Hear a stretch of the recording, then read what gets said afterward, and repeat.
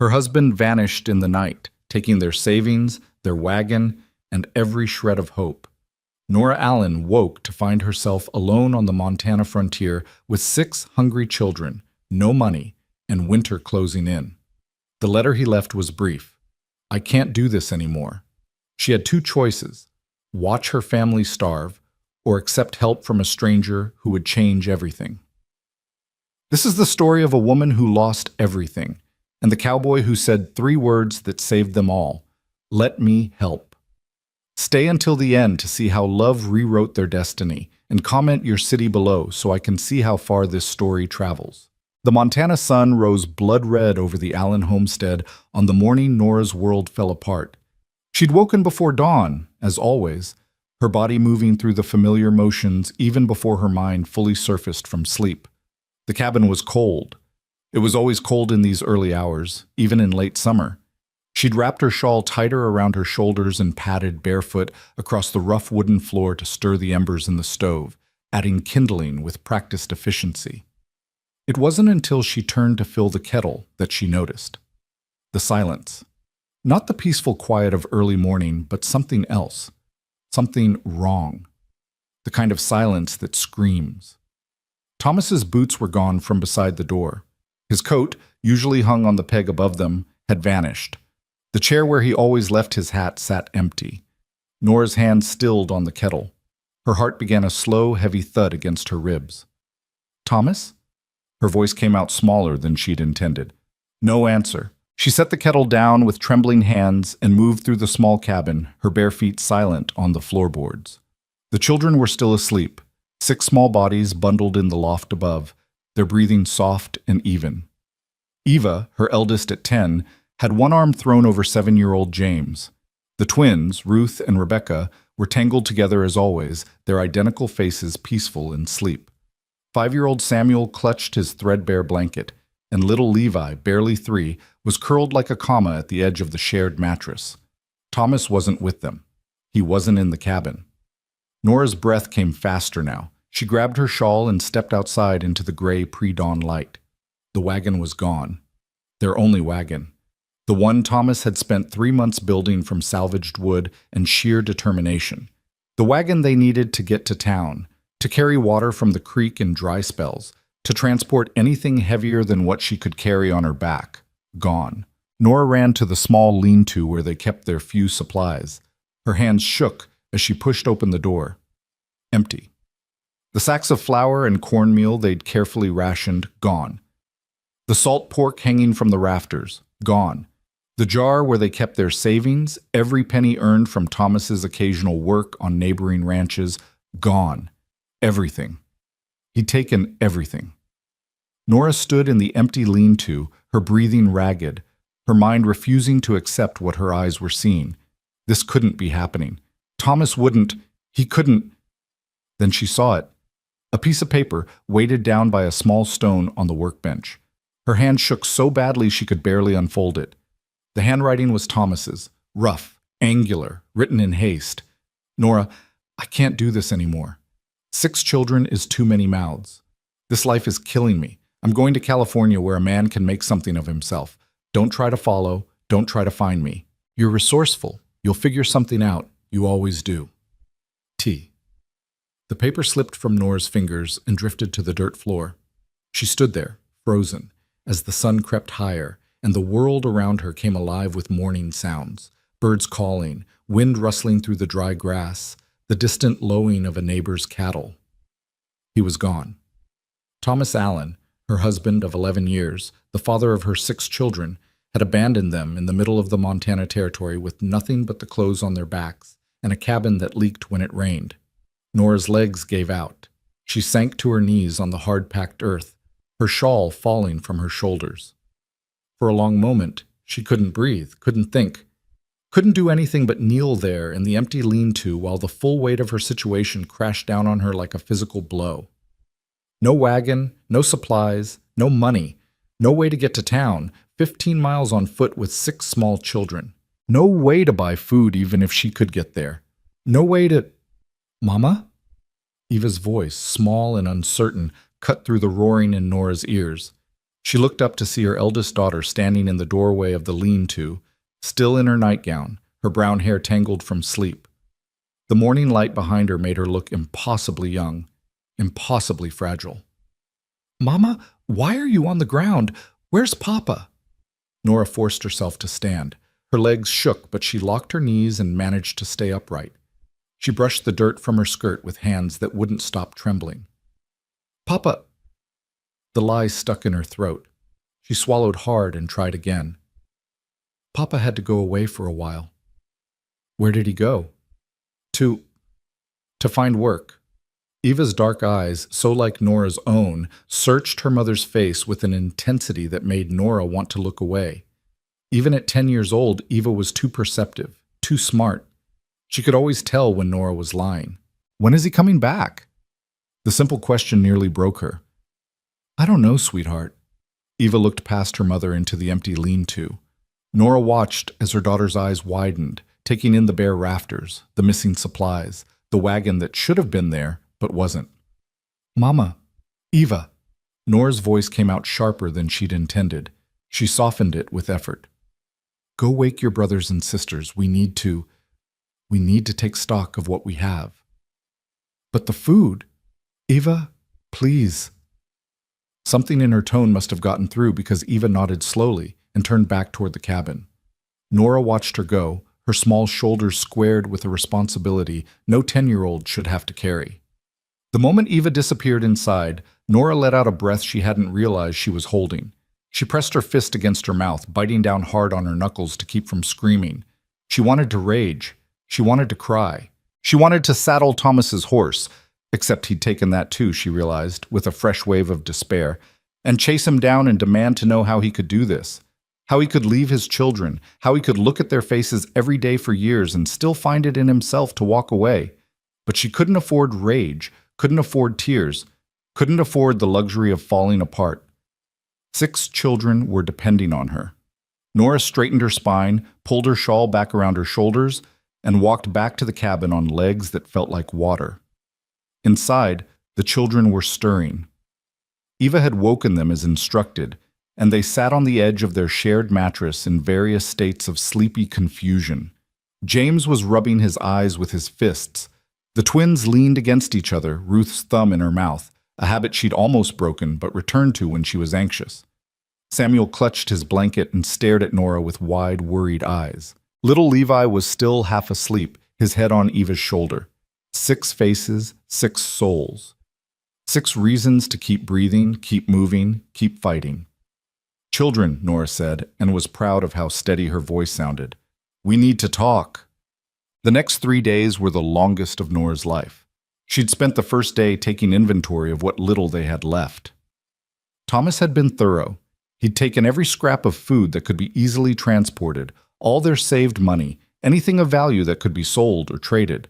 What remained was meager, a half-pound of cornmeal in a jar Eva had hidden under her mattress to make bread when Papa came home, a few potatoes in the root cellar that Thomas must have missed, and the 3 scrawny chickens that lived in a pen behind the cabin.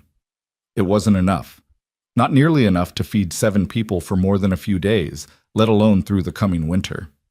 Nora had 2 traps, simple snares she'd learned to set from her father when she was young. She'd set them that first afternoon in the woods behind their property, her hands shaking so badly she'd had to redo the mechanisms 3 times. She'd checked them every morning since. Empty. Both of them. Empty. On the 3rd morning, she stood in front of those empty traps and felt something inside her crack. "Please," she whispered to the indifferent forest. "Please. They need." But the forest gave her nothing but silence and the rustle of wind through pine branches. She'd tried to hide her fear from the children, but they knew. Children always knew. They'd grown quiet over the past 3 days, their usual noise and chaos muted to worried whispers. They ate the tiny portions she gave them without complaint, even though she could see the hunger in their eyes. Eva had stopped asking when their father was coming home. That night, after putting the children to bed with yet another too-small meal, Nora sat at the rough wooden table Thomas had built when they first homesteaded this land. A single candle burned between her hands, the flame guttering in the draft that came through the poorly chinked walls. She'd been so careful with that candle. It was one of only 3 they had left, and she'd been rationing them the same way she rationed food. But tonight, she needed the light, needed something to push back the darkness that pressed in from all sides. The ledger lay open in front of her. She'd been going over the numbers for hours, trying to find some solution, some way forward that she'd missed.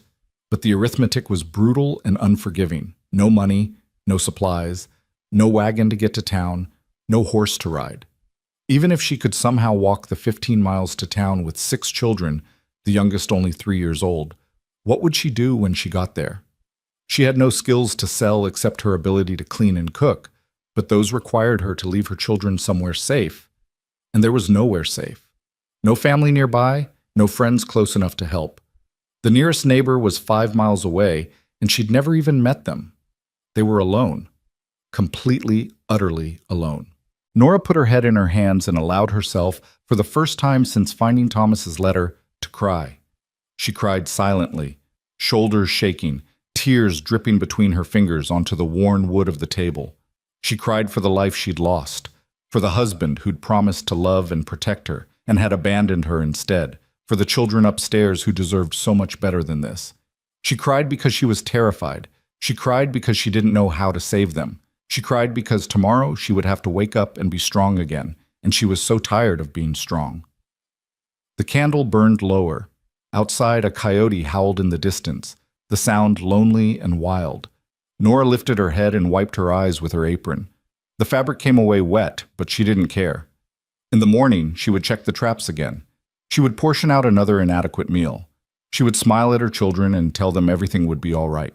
She would lie because that's what mothers did when the truth was too terrible to speak. But tonight, alone in the candlelight, Nora Allen let herself admit the truth she couldn't say out loud. They might not survive this. The 4th morning dawned gray and cold, a hint of the autumn to come threading through the air. Nora woke early as always, her body stiff from another night sleeping in the chair by the stove. She'd given her own mattress to the children weeks ago when they'd all still been a family. The memory of that decision, made in a time when she'd had a husband and hope, felt like it belonged to a different person. She made herself stand, made herself stretch, made herself move through the morning routine. Light the stove, careful with the kindling, they were running low. Heat the water for washing. Mix the last of the cornmeal with water to make a thin gruel. She was dividing the gruel between 7 tin bowls, making sure each child's portion was slightly larger than her own, even though it meant her stomach would gnaw at itself all day. When she heard it, hoofbeats. Nora froze, her hand tightening around the wooden spoon. No one came out here. In the 2 years they'd been on this homestead, they'd had exactly 3 visitors. The land agent when they first claimed the property, a traveling preacher the following spring, and a half-starved prospector who'd begged water and moved on.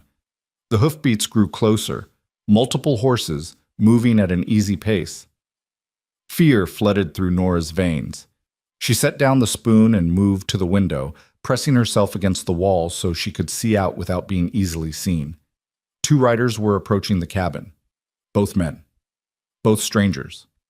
Her first instinct was to grab the children and hide, but where? The cabin had only 1 room on the ground floor, 1 loft above. The root cellar was too small to fit them all. The woods were too far. The hoofbeats stopped. Nora's heart hammered against her ribs. She glanced up at the loft where the children were still sleeping, all except Eva, who had appeared at the top of the ladder, her eyes wide with the same fear Nora felt. "Mama?" Eva whispered. "Stay up there," Nora whispered back. "Keep the others quiet." Eva nodded and disappeared. A knock sounded at the door, 3 measured raps that somehow managed to sound both firm and respectful. Nora looked around for a weapon. The kitchen knife, small but sharp. She grabbed it and held it behind her back as she approached the door. "Who's there?" Her voice came out stronger than she felt. "Ma'am?" The voice was male, deep and calm. "My name is Colton Reyes. I own the Copper Ridge Ranch about 5 miles west of here. This is my ranch hand, Jim Torres. We're checking on folks in the area before winter sets in, making sure everyone's got what they need." Nora didn't move. It could be a lie. A trick. Men out here sometimes preyed on isolated homesteaders, and a woman alone with children would be an easy target. "Ma'am, I know you don't know me, and I respect your caution. but I'd appreciate a chance to talk to you face to face. I'll stand well back from the door if that makes you more comfortable." There was something in the voice that made Nora hesitate. Not just the words, but the tone, patient, understanding, the voice of someone who recognized her fear and wasn't offended by it. She made a decision. "Step back from the door. Let me see you." "Yes, ma'am." She heard boots on the wooden porch, moving away. After a moment, she cracked the door open just enough to peer through. Two men stood in her yard, both a good 20 feet from the cabin. The one who must be Colton Reyes was tall and broad-shouldered, wearing work clothes that had seen hard use but were clean and well-maintained. He held his hat in his hands, his dark hair slightly disheveled from the ride. His face was weathered in the way of men who worked outside, but kind, patient.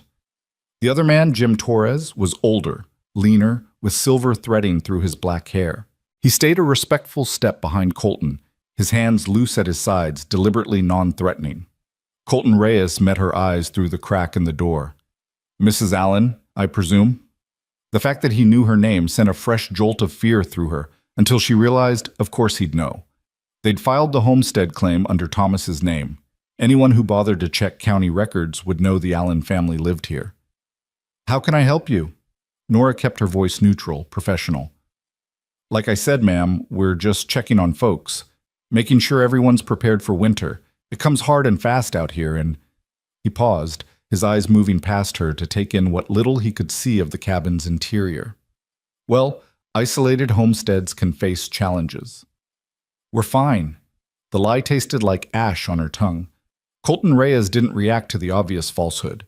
He just stood there, patient as stone, his hat turning slowly in his hands. "Is your husband about, ma'am? I'd like to speak with him if he's available." Nora's grip tightened on the knife behind her back. "He's away. Working." "I see." Something shifted in Colton's expression. Not judgment, but understanding, the kind of understanding that made Nora's throat tight. "When do you expect him back?" "I don't know." The honesty slipped out before she could stop it. Colton nodded slowly. He glanced at Jim, some silent communication passing between them, then looked back at Nora. "Mrs. Allen, I noticed your traps in the woods back there when we rode up. They're well made but poorly positioned. If you'd like, Jim here could show you some better spots. He's the best trapper in 3 counties. The offer was so unexpected, so matter-of-fact, that Nora didn't know how to respond. "Why?" The question came out harsher than she'd intended. "Why would you help me?" Colton's expression didn't change. "Because you need it. And because out here, neighbors help neighbors. That's how we all survive. I don't need charity." "Good. I'm not offering charity." He settled his hat back on his head. "I'm offering knowledge. If your husband's away and you're managing alone, you need to know how to make those traps work. Pride won't feed your family, Mrs. Allen, but a well-set trap will." The words hit harder than Nora wanted to admit. She wanted to slam the door in his face, wanted to tell him to leave, wanted to maintain the illusion that she had everything under control. But 6 children were depending on her. 6 children who'd gone to bed hungry last night and would wake up hungry this morning. "All right," she heard herself say. "Show me." Jim Torres proved to be a man of few words but vast knowledge. He'd repositioned both her traps within an hour, explaining in his quiet, accented voice exactly why the new locations would yield better results. He'd shown her how to disguise her scent, how to read animal tracks, how to adjust the tension on the snares for different-sized prey. Nora absorbed every word, every gesture, committing it all to memory with the desperate intensity of someone who knew this information might mean the difference between life and death. Colton Reyes had stayed back at the cabin, sitting on the porch steps at a respectful distance, while Eva brought the younger children outside. Nora had watched from the corner of her eye as he'd tipped his hat to her daughter, as he'd smiled at little Levi's shy wave, as he'd sat quietly and let them grow accustomed to his presence without forcing interaction. By the time Jim finished with the traps and led Nora back to the cabin, the children had migrated closer to Colton. Not too close, they were still wary, but close enough that Nora could hear Eva asking him about his ranch. "We run cattle mostly," Colton was saying, his voice easy and conversational. "Some horses. A few sheep that Jim's convinced me to try, though I'm not sold on them yet. Do you have children? Eva asked. Eva, Nora said sharply, don't pry. But Colton just shook his head. It's all right, ma'am. And no, Miss Eva, I don't. It's just me and the men who work the ranch. Don't you get lonely? The question was so innocent, so pure in its curiosity, that Nora almost didn't notice the shadow that crossed Colton's face. But she saw it, a flash of something painful quickly hidden. Sometimes, he admitted, but there's always work to be done, and that helps. Jim had finished explaining the last trap placement and now stood beside his horse, ready to leave. Colton stood as well, brushing dust from his pants. Mrs. Allen, he said, I wonder if I might have a word in private before we go? Every instinct Nora had screamed caution, but Jim Torres was already swinging into his saddle, and the children were right there, and somehow she found herself nodding. She followed Colton a short distance from the cabin, far enough that the children couldn't overhear, but close enough that she could see them. Mrs. Allen, Colton said quietly, I'm going to speak plain if you'll allow it. Nora lifted her chin. I've never appreciated anything else. Fair enough. He looked at her directly, his gray eyes steady. Your husband isn't coming back, is he? The directness of the question stole Nora's breath. For a moment she couldn't speak, couldn't do anything but stand there while her carefully maintained facade crumbled. How did you? The wagon's gone. The lean-to's empty. You're setting traps yourself instead of sending your husband to do it. And when I mentioned him, you got the look of someone who's been gut-punched. Colton's voice was gentle but firm. I've seen enough in this life to recognize abandonment when I see it. Nora's hands clenched into fists at her sides. If you've come to gloat, I've come to help. The simplicity of the statement stunned her into silence. Colton continued, his voice low and urgent. Winter will be here in 6 weeks. Maybe 8 if we're lucky. You've got 6 children, no supplies, no wagon, and from what I can see, very little food. You can't make it through winter like this, Mrs. Allen. You know it, and I know it. I'll manage. But even to her own ears, the words sounded hollow. How? It wasn't a challenge, just a question. Even if those traps bring in game every day, which they won't, you can't preserve meat without salt, and you don't have salt. You can't plant a garden now, it's too late in the season. You can't get to town to buy supplies, and even if you could, you have no money. So tell me, how are you planning to manage? Each word was a nail driven into the coffin of her hopes. Nora felt her throat constrict, felt tears burning behind her eyes that she absolutely would not shed in front of this stranger. What do you want from me? Her voice came out raw, defensive. Nothing. Colton's answer was immediate. I want nothing from you, Mrs. Allen, but I'm offering something: work, wages, and shelter. The Copper Ridge Ranch needs help preparing for winter. There's wood to split, fences to mend, preserving to be done, 100 tasks that need extra hands. I'd hire you and pay fair wages, room, board, and money enough to get you through until spring, when you can decide what comes next. Nora stared at him. You're offering me work? On your ranch? Yes, ma'am. With my children? All of them. I've got a bunkhouse for my hands, and a main house that's got more room than one man needs. You and your children would stay in the house. It's warm, weatherproof, and safe. The older children can help with age-appropriate tasks if they're willing, but the main work would be yours. It was too good to be true, too generous, too perfect, which meant there had to be a catch. What do you really want? Nora asked, her voice hard. She'd learned in 11 years of marriage to Thomas Allen that men always wanted something, always had an angle. Colton held her gaze steadily. I told you, help preparing for winter. That's it. You expect me to believe you'd take in a woman and 6 children out of pure goodness of heart? I expect you to believe I'm a rancher who needs work done and is willing to pay for it. He paused, then added quietly, but if you want the whole truth, Mrs. Allen, I'll give it to you. I know what it's like to be alone and scared with winter coming. I know what it's like to wonder if you'll make it through. And I know what it's like to have someone offer a hand when you need it most. The man who helped me is gone now, but I can pay it forward. So yes, there's some goodness of heart in this offer, but there's also genuine need for your labor. Both things can be true. Nora searched his face for any sign of deception, any hint of ulterior motive. But all she saw was sincerity and a bone-deep kindness that made her want to weep. "I need to think about it," she said. "Of course." Colton tipped his hat. "Jim and I will ride out this way again in 2 days. If you decide to accept, we can take you and your family back to the ranch then. If not, I'll respect your decision and won't trouble you further." He started to turn away, then paused. "Mrs. Allen? One more thing.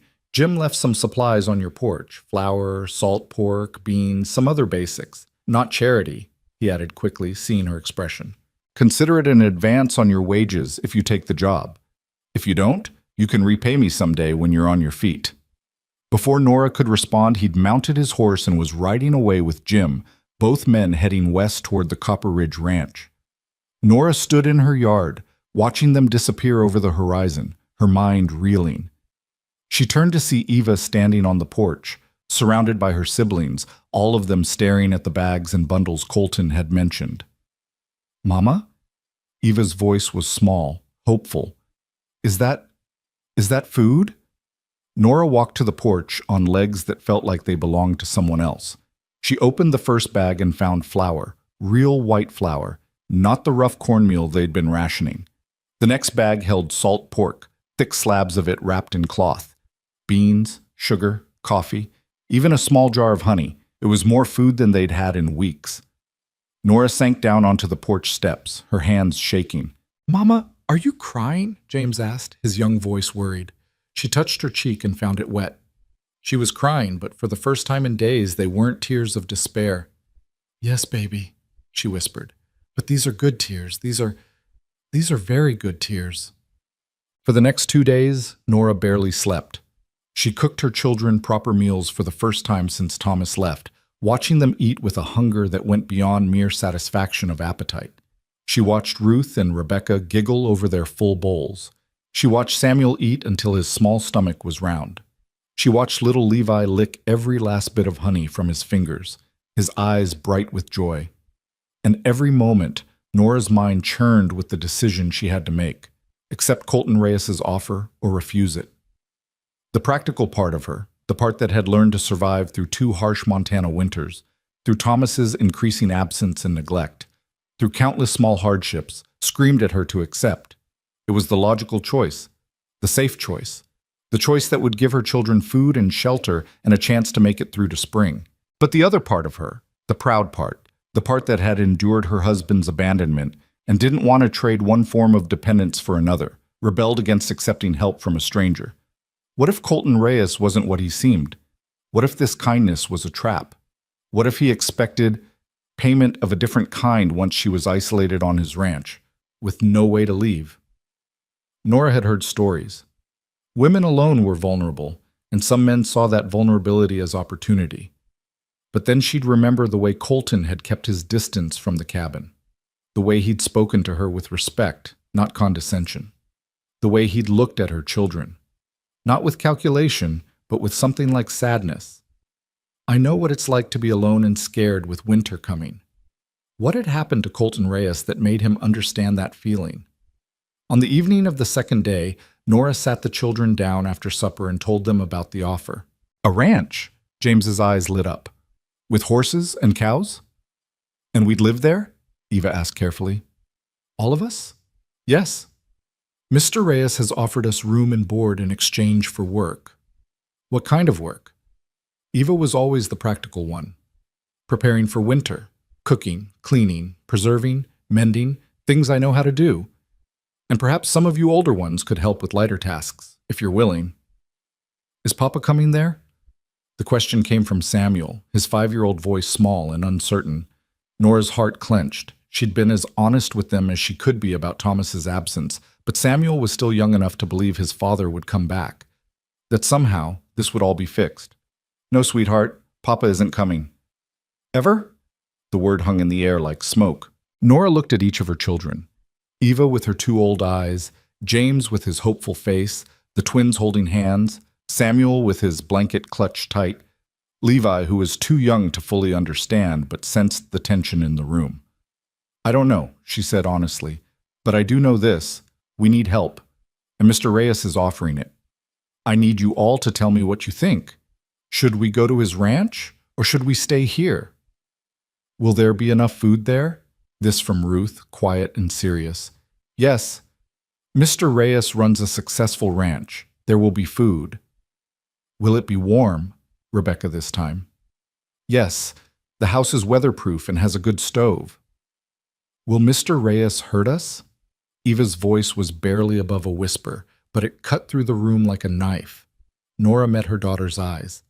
I don't think so. I believe he's a good man, but I can't promise anything with absolute certainty, Eva. I can only tell you what my instincts say, and they say we can trust him. Eva nodded slowly. Then she looked at her younger siblings and back at her mother. I think we should go, she said. I think we'll die if we stay here. The bluntness of the statement shocked Nora, but she couldn't deny its truth. Eva had always been perceptive. She knew how dire their situation was. I want to go too, James said. I want to see the horses. Me too, Samuel added. The twins nodded in unison. Levi, not understanding but wanting to be part of the conversation, raised his small hand. Go! Nora looked at her children, her 6 reasons for living, her 6 sources of strength, and felt something settle in her chest. All right, she said quietly. We'll go. Colton Reyes and Jim Torres arrived the next morning as promised, just after sunrise.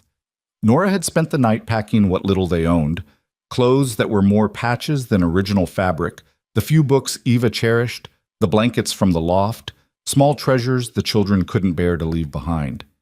It all fit in 2 small bags. 2 bags to hold the remnants of their life. The children were awake and dressed, scrubbed clean with the last of their water, nervous energy making them fidget and whisper. Eva stood close to Nora, her small hand occasionally reaching out to touch her mother's arm, as if reassuring herself that Nora was still there.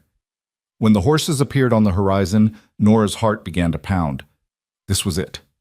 The moment of decision, of trust, of stepping into the unknown. Colton dismounted and walked toward the cabin, his approach as measured and respectful as it had been 2 days ago. But this time, Nora walked out to meet him. Mr. Reyes, she said formally, we've decided to accept your offer. Something like relief crossed his face. I'm glad to hear it, Mrs. Allen. But I have conditions. He nodded. I expected you would.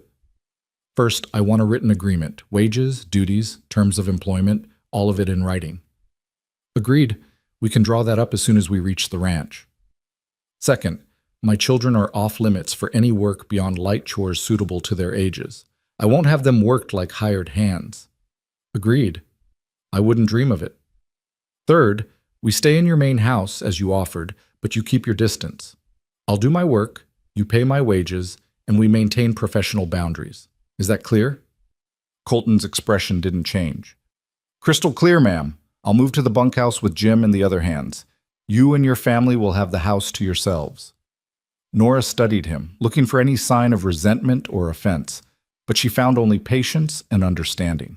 And fourth, she continued, her voice dropping lower so the children wouldn't hear, if at any point I feel unsafe or my children are threatened in any way, I reserve the right to leave immediately. No argument, no negotiation. We leave, and you don't follow. Agreed? Agreed. Colton's voice was just as quiet, just as serious. Mrs. Allen, I give you my word. You and your children are under my protection. I would die before I'd let harm come to any of you. The intensity of the promise made Nora's breath catch. She wanted to question it, to probe for weakness or falseness, but something in Colton's eyes stopped her. He meant it, every word. All right then, she said. Let's go. The ride to the Copper Ridge Ranch took most of the day. Jim had brought a wagon pulled by 2 sturdy horses, and Nora and the children rode in the back while Colton and Jim rode alongside. The children's initial nervousness had given way to wonder as they traveled. They'd never ventured this far from their homestead before, and everything was new and exciting. Look, Mama! James pointed at a hawk circling overhead. It's huge. Stay seated, James, Nora cautioned, but she was watching the hawk too, grateful for the distraction from her churning thoughts. Eva sat close to her, quiet and observant. Mama, she whispered, Are you scared? Nora considered lying, then decided against it. A little, she admitted. But sometimes being brave means being scared and doing the thing anyway. Papa was never scared. The comment was so unexpected that Nora almost didn't know how to respond. She looked down at her daughter, seeing the confusion and hurt in her young face. Your papa? Nora chose her words carefully. Your papa was scared of different things. Sometimes the bravest thing a person can do is face their fears. And sometimes running away from your fears makes you a coward. Eva processed this in silence, then nodded slowly. Mr. Reyes isn't a coward. What makes you say that? He's scared too. I can see it. But he's still helping us. Nora blinked in surprise. What do you think he's scared of? Eva shrugged. I don't know, but I saw it in his eyes when I asked if he had children. He got the same look you get when someone mentions Papa. Sometimes Nora forgot how observant her daughter was, how much she saw and understood that other 10-year-olds might miss. You're very wise, Eva Allen. Am I still Eva Allen? The question was quiet, uncertain. Or am I something else now? You're whoever you want to be, sweetheart. Names don't define us. Choices do. They rode on in silence after that, the wagon creaking over the rough terrain, the Montana sky vast and blue overhead. As the sun began its descent toward the horizon, Colton rode up alongside the wagon. We're almost there, he said, pointing ahead. Nora followed his gaze and saw it, a valley opening up before them, with a creek running through it and buildings clustered near the water. A barn, several outbuildings, corrals, and, her breath caught, a house. A real house, 2 stories tall with a wide porch, smoke rising from the chimney. It looked like something from a dream. Welcome to Copper Ridge, Colton said quietly. As they descended into the valley, Nora saw men working near the barn, ranch hands, she assumed. They stopped to watch the wagon approach, their expressions curious but not hostile. Colton raised a hand in greeting, and they returned the gesture before going back to their work. The wagon rolled to a stop in front of the house, and Jim jumped down to help Nora and the children disembark. The moment Nora's feet hit solid ground, she felt her legs shake, from exhaustion, from relief, from the overwhelming sense of unreality that had been building all day. This way, Colton said, gesturing toward the house. He led them up the porch steps and through the front door into a large, open room. Nora stopped dead, her children clustering around her, all of them staring. It was warm, clean, spacious. A large fireplace dominated one wall, a long wooden table sat in the center of the room, and doorways led to what must be a kitchen and other rooms beyond. Rugs covered the wooden floor, curtains hung at the windows. It smelled like wood smoke and coffee and home. It smelled like home. The kitchen's through there, Colton said, pointing. Pantry's stocked, though you'll want to take inventory and let me know if anything's missing. 3 bedrooms upstairs. You and the younger children can take the larger one, and the older ones can share the other 2 if that suits.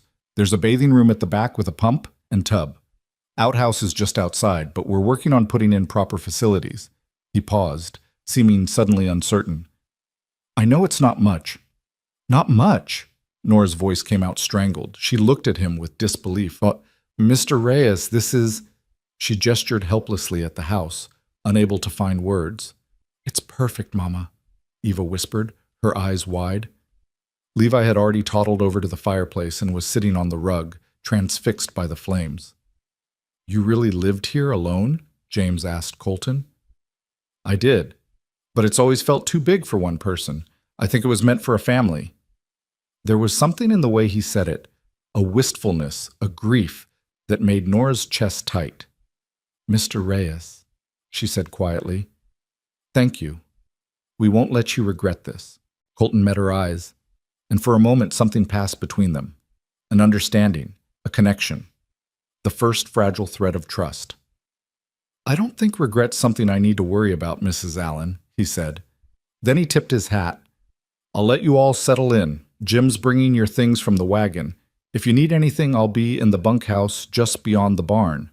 Otherwise, I'll see you at breakfast tomorrow to discuss the work schedule. He left before she could respond, closing the door softly behind him. Nora stood in the center of the room, this beautiful, warm, safe room, and felt something inside her begin to thaw. For the first time since Thomas had abandoned them, she allowed herself to believe that maybe, just maybe, they were going to be all right. "Children," she said, her voice thick with emotion, "let's explore our new home." The first week at Copper Ridge Ranch passed in a blur of discovery and adjustment. Nora woke that first morning in a real bed for the first time in months, sunlight streaming through actual glass windows, and for a disorienting moment couldn't remember where she was. Then she heard the soft breathing of her children around her, Levi curled against her side, the twins in a small bed near the window, Samuel's gentle snores from his corner, and memory flooded back. They were safe. They were warm. They were fed. She allowed herself exactly 30 seconds to lie there and wonder before her practical nature reasserted itself. Colton Reyes was paying for their room and board, which meant she had work to do. Nora slipped out of bed without waking the children and made her way downstairs. The house was quiet in the pre-dawn light, peaceful in a way their old homestead had never been. She found the kitchen exactly where Colton had indicated, a large, well-equipped space with a massive cast-iron stove, shelves lined with dishes, and a pantry that made her breath catch. The pantry was full, not just adequately stocked, but genuinely, abundantly full. Flour and cornmeal in large barrels, sugar and salt in generous containers, coffee, tea, dried beans, rice, preserved fruits, smoked meats hanging from hooks in the ceiling, potatoes and onions in bins, herbs hanging in bundles. Nora stood in the doorway and felt tears prick her eyes. This much food could feed her family for months. For the first time since Thomas left, she didn't have to calculate every bite. Didn't have to watch her children go hungry, didn't have to choose which child got a slightly larger portion. "Mrs. Allen." She spun around to find Colton standing in the kitchen doorway, his hat in his hands, looking apologetic for startling her. "I'm sorry," she said quickly, wiping her eyes. "I was just taking inventory." "I know. That's good thinking." He gestured toward the stove. "I started the fire earlier, thought it might make the morning easier." Nora looked at the stove and realized it was already warm, embers glowing in the firebox. "You didn't have to do that." "Old habits. I've been lighting that stove for 5 years. Hard to break the routine." He shifted his weight, suddenly seeming uncertain. "About breakfast. How many will there be? Just you and the children, or how many ranch hands do you have?" "6, including Jim, but we usually eat in the bunkhouse, so—" "Mr. Reyes," Nora interrupted, "if I'm to earn my keep as cook, then I'll cook for everyone. It makes no sense to maintain 2 separate kitchens." Colton hesitated. "That's a lot of mouths to feed, Mrs. Allen. 8 working men plus you and 6 children. I don't want to overwhelm you on your first day." "I've been feeding a family on scraps for weeks. Cooking proper meals with proper ingredients for a set number of people sounds like a blessing, not a burden." She straightened her shoulders. "Breakfast will be ready at 6. Please inform your men." For a moment, Colton just looked at her, something like admiration flickering in his gray eyes. Then he nodded. "Yes, ma'am. 6 o'clock." He started to leave, then paused. "Mrs. Allen? Thank you. The men will appreciate it, and so do I." After he left, Nora stood alone in the kitchen and allowed herself a small smile. She might be dependent on Colton Reyes' charity at the moment, but she would earn every penny he paid her. She would prove her worth, and maybe, in the process, prove it to herself. By the time 6 o'clock arrived, Nora had transformed the kitchen into organized chaos. Eva had come down to help, and together they'd prepared a breakfast that would have seemed like a feast just days ago. Scrambled eggs from the henhouse, thick slices of bacon, biscuits with butter and jam, fried potatoes, and strong coffee. The children sat at one end of the long table, their eyes wide as they took in the spread of food. Nora had told them to wait, that the ranch hands would eat first, but Colton had quietly insisted there was enough for everyone to eat together. When the men filed in, rough, weathered cowboys who removed their hats and nodded respectfully to Nora, she felt a flutter of nervousness. But they took their seats without fuss, waited until she and the children were seated, and only then began to eat. "Ma'am," one of them said after the first bite, his weathered face creasing into a smile, "this is the finest breakfast I've had in 2 years." "Tom's right," another added. "Mr. Reyes does his best, but his biscuits could be used as ammunition." Laughter rippled around the table. Even Colton smiled, though he shook his head. "I never claimed to be a cook, Davis." "That's the honest truth," Jim Torres said dryly, earning more chuckles. Nora watched the easy camaraderie between the men and felt something in her chest loosen. This wasn't a hostile environment. These weren't dangerous men. They were workers, laborers, men who appreciated a good meal and showed respect where it was due. "Mr. Reyes tells us you've got 6 young ones," the one called Tom said, directing his comment to Nora, but smiling at the children. "That must keep you busy." "Every moment of every day," Nora admitted, "though they're good children." "We can see that. Well-mannered. You've done right by them, ma'am." The compliment, simple and sincere, hit Nora harder than she expected. When was the last time someone had praised her parenting? Thomas certainly never had. "Thank you," she managed. After breakfast, the men filed out to begin their day's work, each one thanking Nora for the meal. Colton lingered while she and Eva began clearing plates. "Mrs. Allen, might we discuss the work schedule?" "Of course." Nora wiped her hands on her apron. "Eva, can you watch your brothers and sisters for a few minutes?" Eva nodded solemnly, already herding the younger children toward the stairs. Colton waited until they were alone, then pulled a folded paper from his pocket. "I had Jim ride to town yesterday and have the land agent draw this up. It's the written agreement you asked for." Nora took the paper and read carefully. The terms were more than fair. They were generous. Room and board for her entire family, plus wages of $15 a month. Her duties were listed clearly: cooking for the household, basic cleaning and maintenance, assisting with food preservation, mending when needed. "This says I'm to manage the household," Nora said slowly. That's a position of responsibility, Mr. Reyes. You're responsible for 6 children. I figure managing a household is well within your capabilities. And $15 a month is more than most cooks make. You're not just a cook. You're managing my home, feeding my men, and doing it while caring for your family. That's worth fair compensation. He met her eyes steadily. "If you think the terms are unfair, we can renegotiate." "No," Nora said quickly. "No, the terms they're more than fair. Thank you." She signed the agreement with hands that only trembled slightly. Colton signed as witness, and just like that, it was official. She was employed. Her children would have food and shelter through the winter. They were going to survive. "I'll let you get settled into a routine," Colton said, folding his copy of the agreement. "But if you need anything, supplies, help, whatever, Jim knows where everything is stored, and any of the men can assist." "Mr. Reyes," Nora said as he turned to leave, "why are you doing this?" He stopped, his back to her. For a long moment, he didn't speak. Then quietly, "Because I know what it's like to lose everything, Mrs. Allen, and I know what it's like when someone offers you a chance to start over. This is me paying that forward." Before she could ask what he meant, he was gone, the door closing softly behind him. The days began to develop a rhythm. Nora woke before dawn and started breakfast. The children helped where they could. Eva was becoming quite skilled at making biscuits, and James took pride in gathering eggs from the hen house each morning. The men ate at 6, then headed out to work on various ranch tasks. After breakfast, Nora cleaned the kitchen while the children did their lessons. She was determined they wouldn't fall behind in their education, even out here. Midday, she prepared dinner, the main meal of the day for working men. The ranch hands came in hungry and left satisfied. Nora discovered she enjoyed cooking when she had proper ingredients to work with. She tried new recipes, experimented with the herbs from the garden, learned to make the kind of hearty, stick-to-your-ribs meals that fueled hard labor.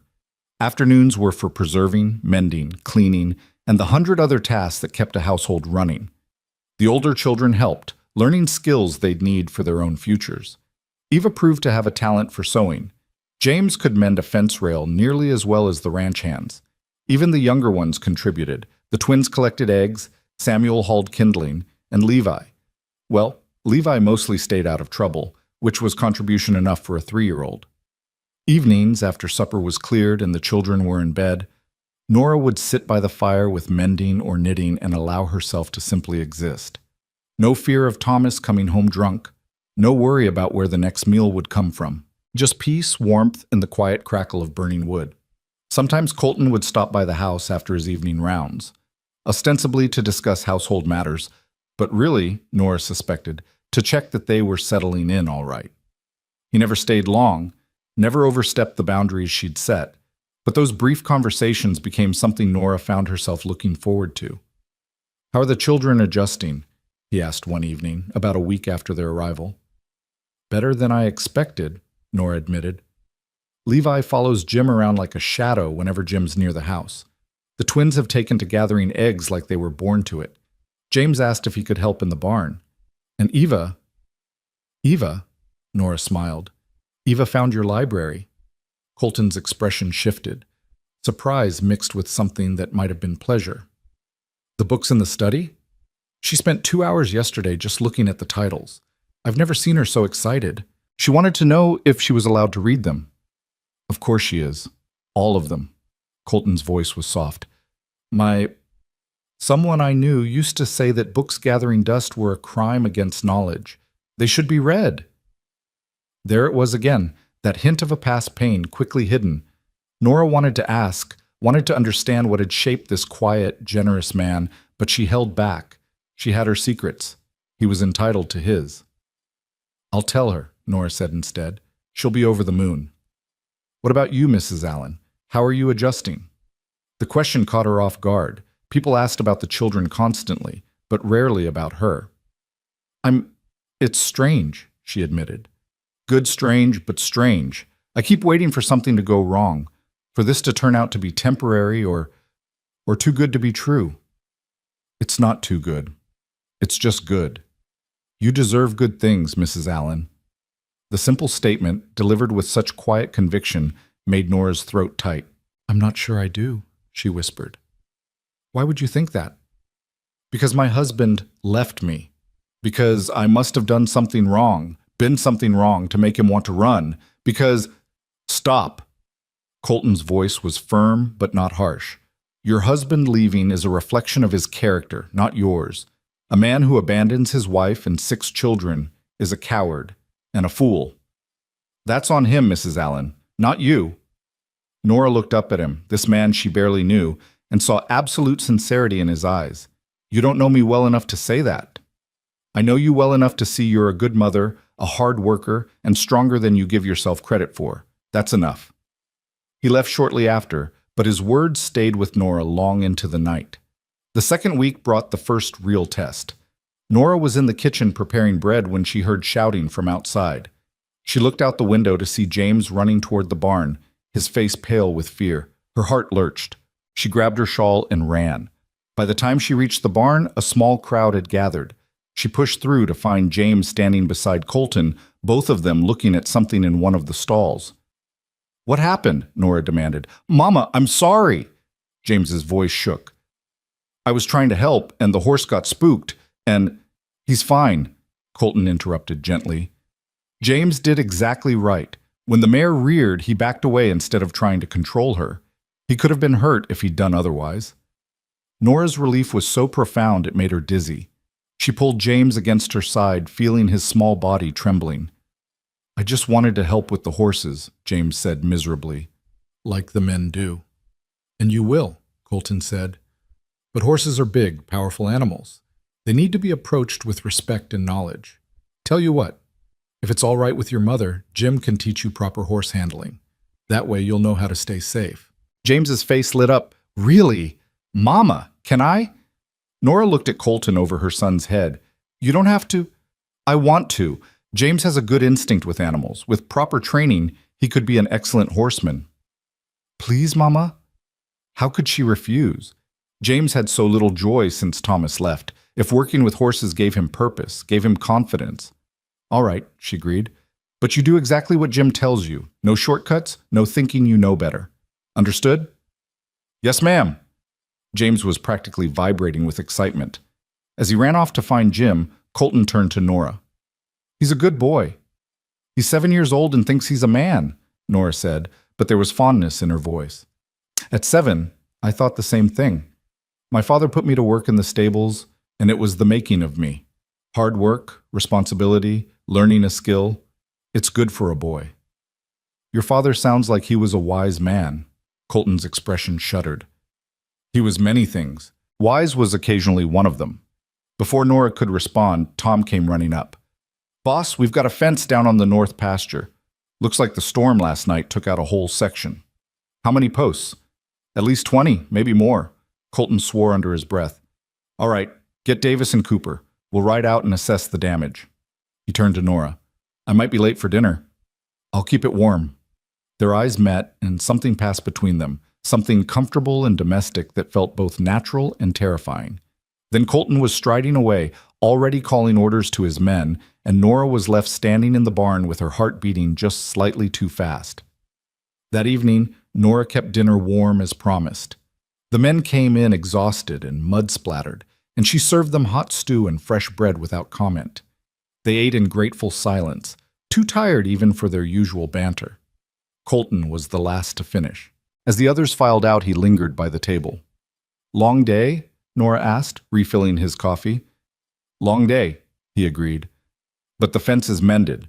We'll need to replace those posts properly come spring, but the temporary fix will hold through winter. You work hard. So do you. Nora smiled slightly. I cook and clean. You mend fences in the mud. You feed 8 working men 3 meals a day, keep this house running, teach your children, and do it all while healing from... He paused, seeming to choose his words carefully. From everything you've been through. That's harder than mending fences, Mrs. Allen. Nora, she said quietly. When it's just us, you can call me Nora. Colton looked up, surprise evident in his tired eyes.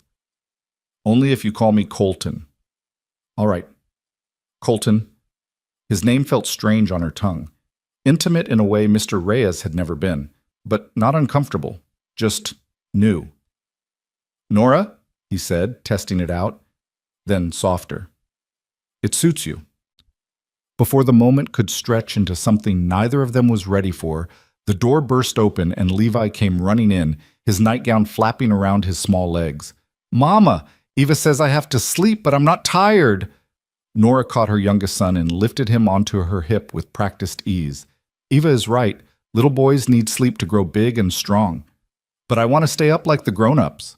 Colton stood, a smile playing at his lips. You know what all the grown-ups are about to do, Levi? What? Go to sleep, because we're tired from working hard all day. So if you want to be like the grown-ups, sleep is exactly what you should do. Levi considered this logic, his small face serious. You're going to sleep now? Soon as I finish this coffee. Okay.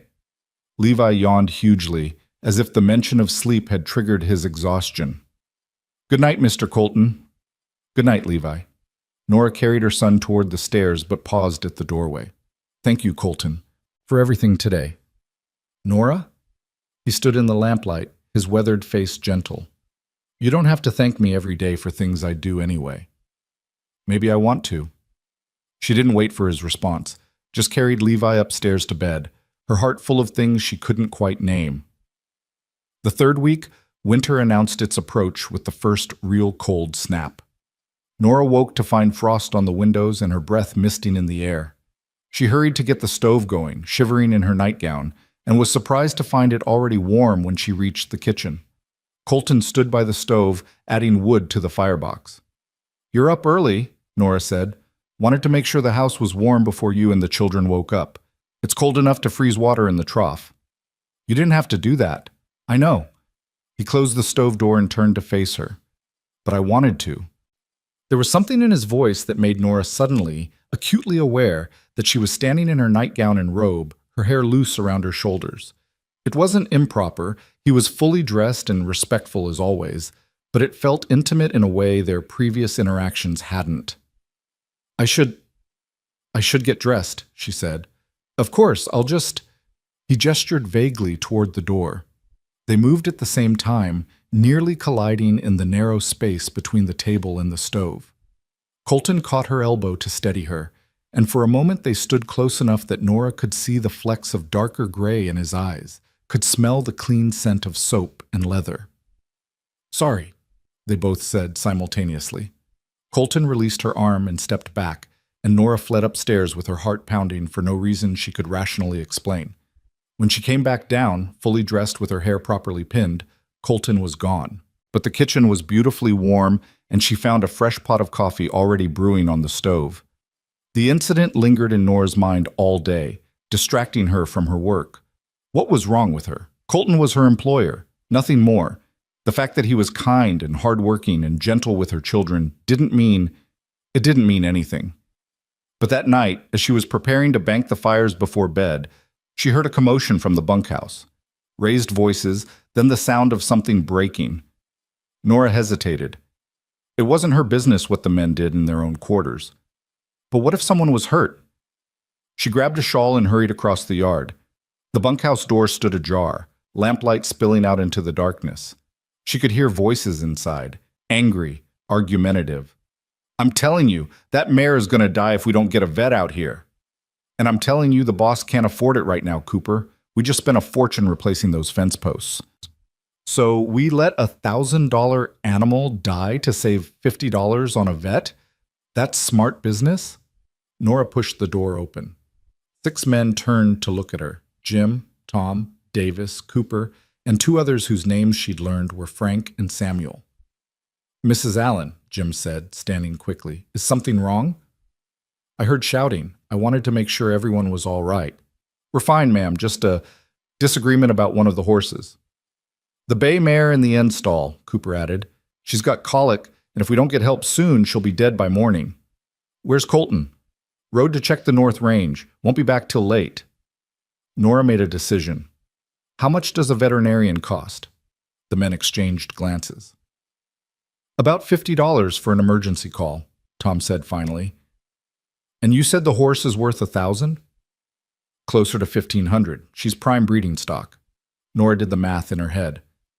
Then getting a vet is the obvious choice. Send someone to town immediately. Ma'am, with respect, that's not your decision to make. The boss is not here, and that animal can't wait. I'm the household manager, which means I manage household decisions in his absence. This is a household asset. Send for the vet. She said it with such authority that no one questioned her.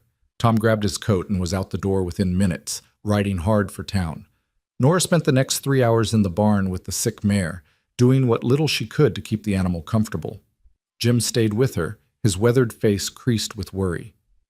You didn't have to do this, ma'am, he said quietly. The boss might not appreciate you spending his money. If Colton values a horse's life less than $50, then I've misjudged him completely. But I don't think I have. Jim smiled slightly. No, ma'am, you haven't. The vet arrived just after midnight. Nora watched as he examined the mare, administered some kind of medicine, and finally stepped back with a satisfied nod. She'll be fine. You got me here just in time. Another hour and I couldn't have helped her. Relief flooded through Nora. Thank you. She paid the vet from the household account. Colton had given her access for emergencies, and this certainly qualified, and saw him off. Then she returned to the barn to find Jim still with the mare, stroking her neck as she rested more comfortably. You should get some sleep, Jim. So should you, ma'am. You've been up as long as I have. I will. I want to make sure she's truly all right. They sat in companionable silence for a while, the barn warm and quiet around them. Finally, Jim spoke. The boss hasn't told you, has he? Told me what? About why he lives out here alone. About what happened. Nora's pulse quickened. No, he's never said. Jim seemed to debate with himself, then sighed. It's not my story to tell, but I'll say this. You saving this mare tonight, it means more than you know, more than just the money. Before Nora could ask what he meant, the barn door opened and Colton strode in, his face etched with worry. Jim, Tom said there was an emergency. He stopped dead when he saw Nora. What are you doing here? Is someone hurt? The bay mare had colic, Nora said, standing. I sent for the vet. She's going to be fine. Colton's eyes moved from Nora to the mare to Jim and back again. You sent for the vet. Yes, it cost $50. I paid from the household account. If you object, you can deduct it from my wages. Object? Colton's voice was strange. Nora, you might have saved her life. Why would I object? I didn't know if... It's a lot of money, and I made the decision without consulting you. Colton crossed to the mare's stall and ran his hand along her neck. The horse nickered softly, nuzzling his palm. For a long moment he just stood there, his shoulders tense beneath his coat. Then so quietly Nora almost didn't hear it. "Thank you." It was the right thing to do. It was, but not everyone would have done it. He turned to face her, and in the lamplight she could see something raw in his expression. This mare, her name is Grace. She was someone important to me, bred her, raised her from a foal. When that person died, Grace was all I had left of them. So you didn't just save a valuable horse tonight, Nora. You saved a piece of my past. The vulnerability in his voice made Nora's breath catch. Without thinking, she reached out and touched his arm. "I'm glad she's all right," she said softly. Colton covered her hand with his own, his palm warm and calloused. They stood like that for a heartbeat, 2 heartbeats, neither speaking, neither moving. Then Jim cleared his throat. I'll check the other horses. Give you two some privacy." He disappeared into the shadows of the barn, leaving Nora and Colton alone, except for the soft sounds of the horses. "I should go back to the house," Nora whispered, but she didn't move. "Nora," Colton said, his voice rough, "I need to tell you something. About my past. About why I lived the way I do. You don't owe me explanations. Maybe not, but I want you to know."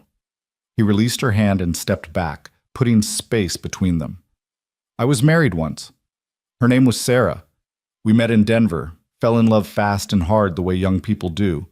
We got married, moved out here, started building this ranch together." Nora's heart clenched, past tense, was married.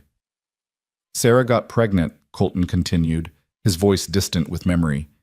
"We were over the moon. Started planning for the baby, talking about names, building a crib. She was 6 months along when she fell down the stairs in this house, broke her neck. The doctors tried to save the baby, but we lost them both." "Oh, Colton," Nora's voice broke. "I'm so sorry. It's been 5 years. Some days it feels like yesterday. Other days it feels like a lifetime ago." He looked at her, his eyes bright with unshed tears. "I couldn't stay in our room after that. Couldn't bear to see the things we'd planned together.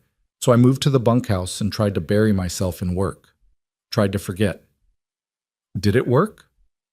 "No. You can't outwork grief, I learned. You can only learn to carry it." He paused.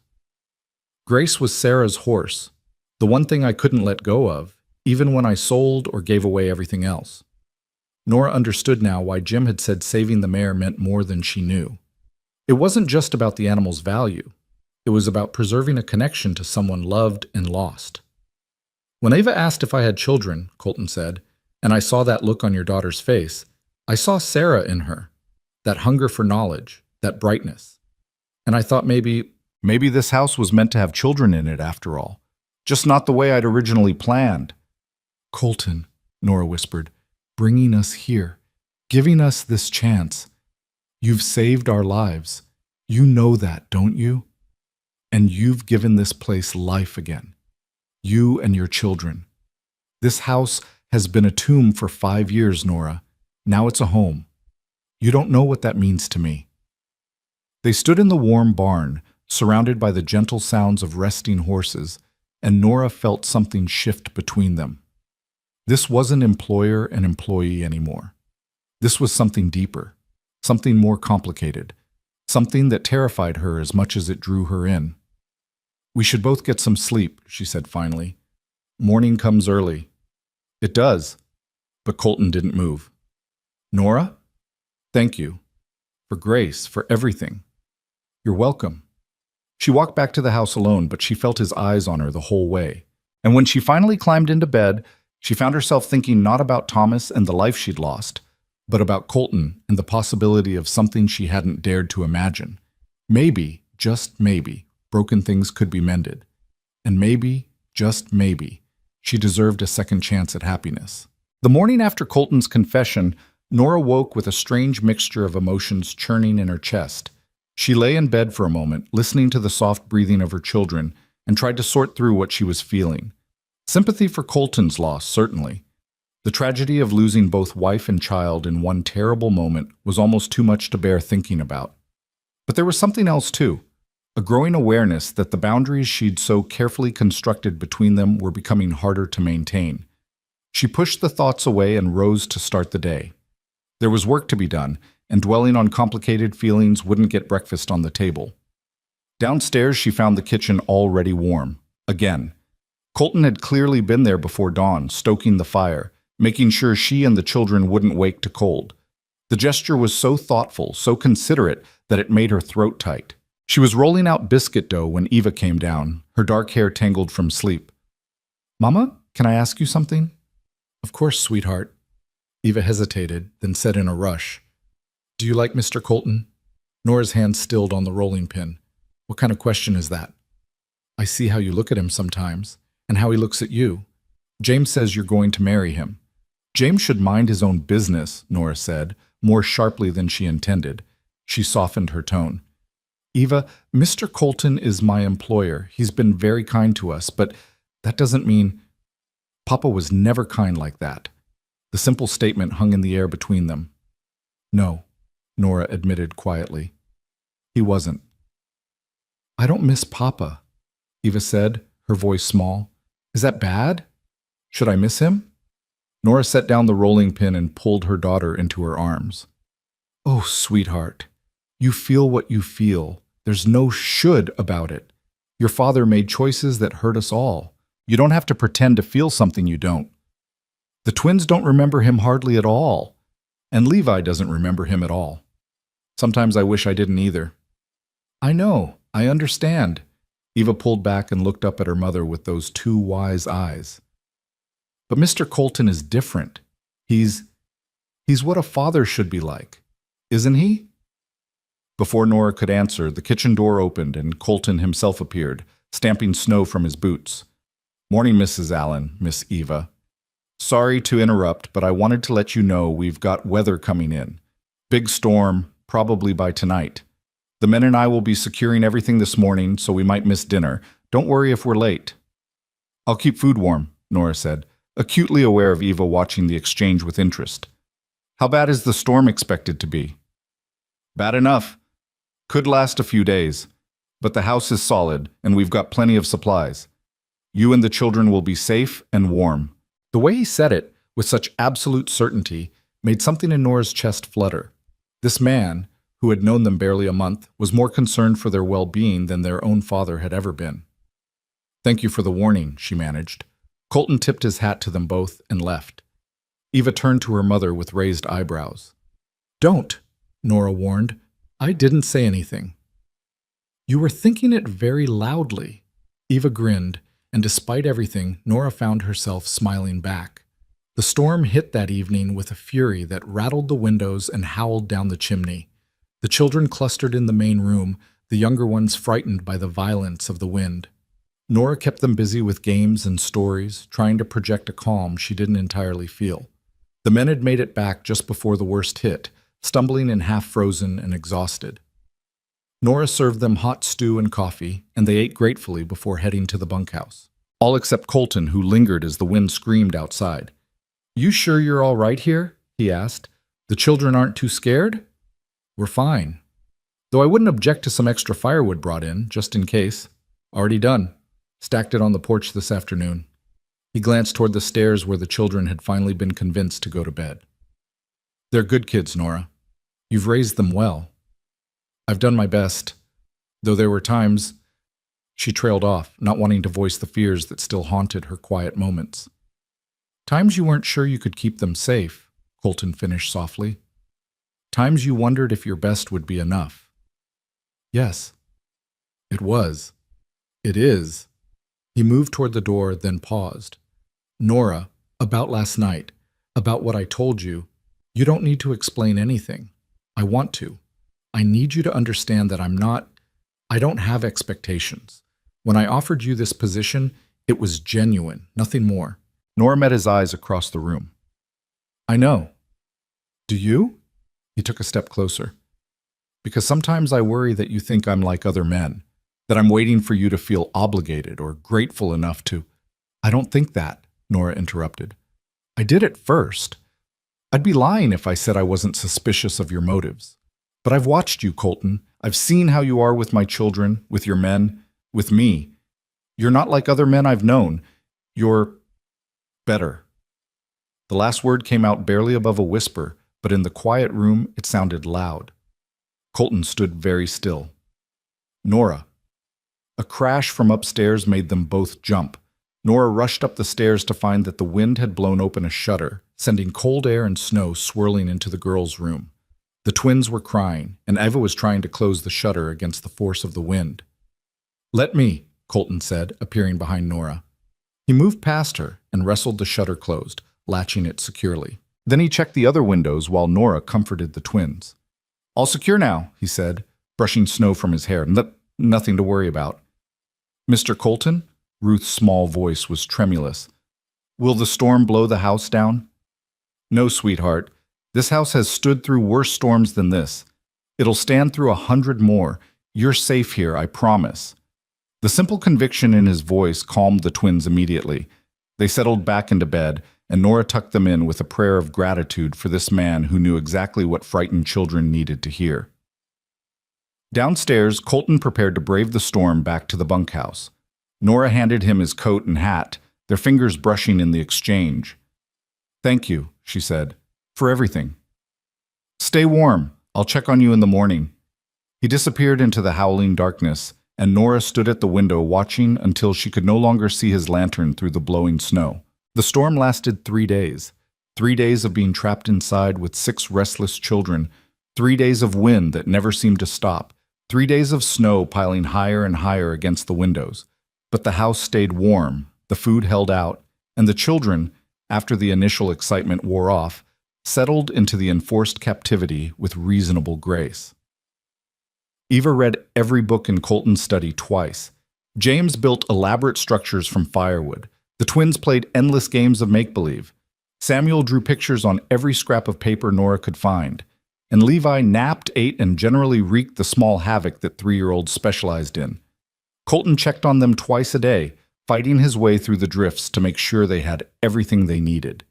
Each time he appeared at the door, snow-covered and half-frozen, Nora's heart did a small flip she couldn't quite suppress. On the 3rd day, the wind finally died. Nora woke to an eerie silence and looked out to see a world transformed.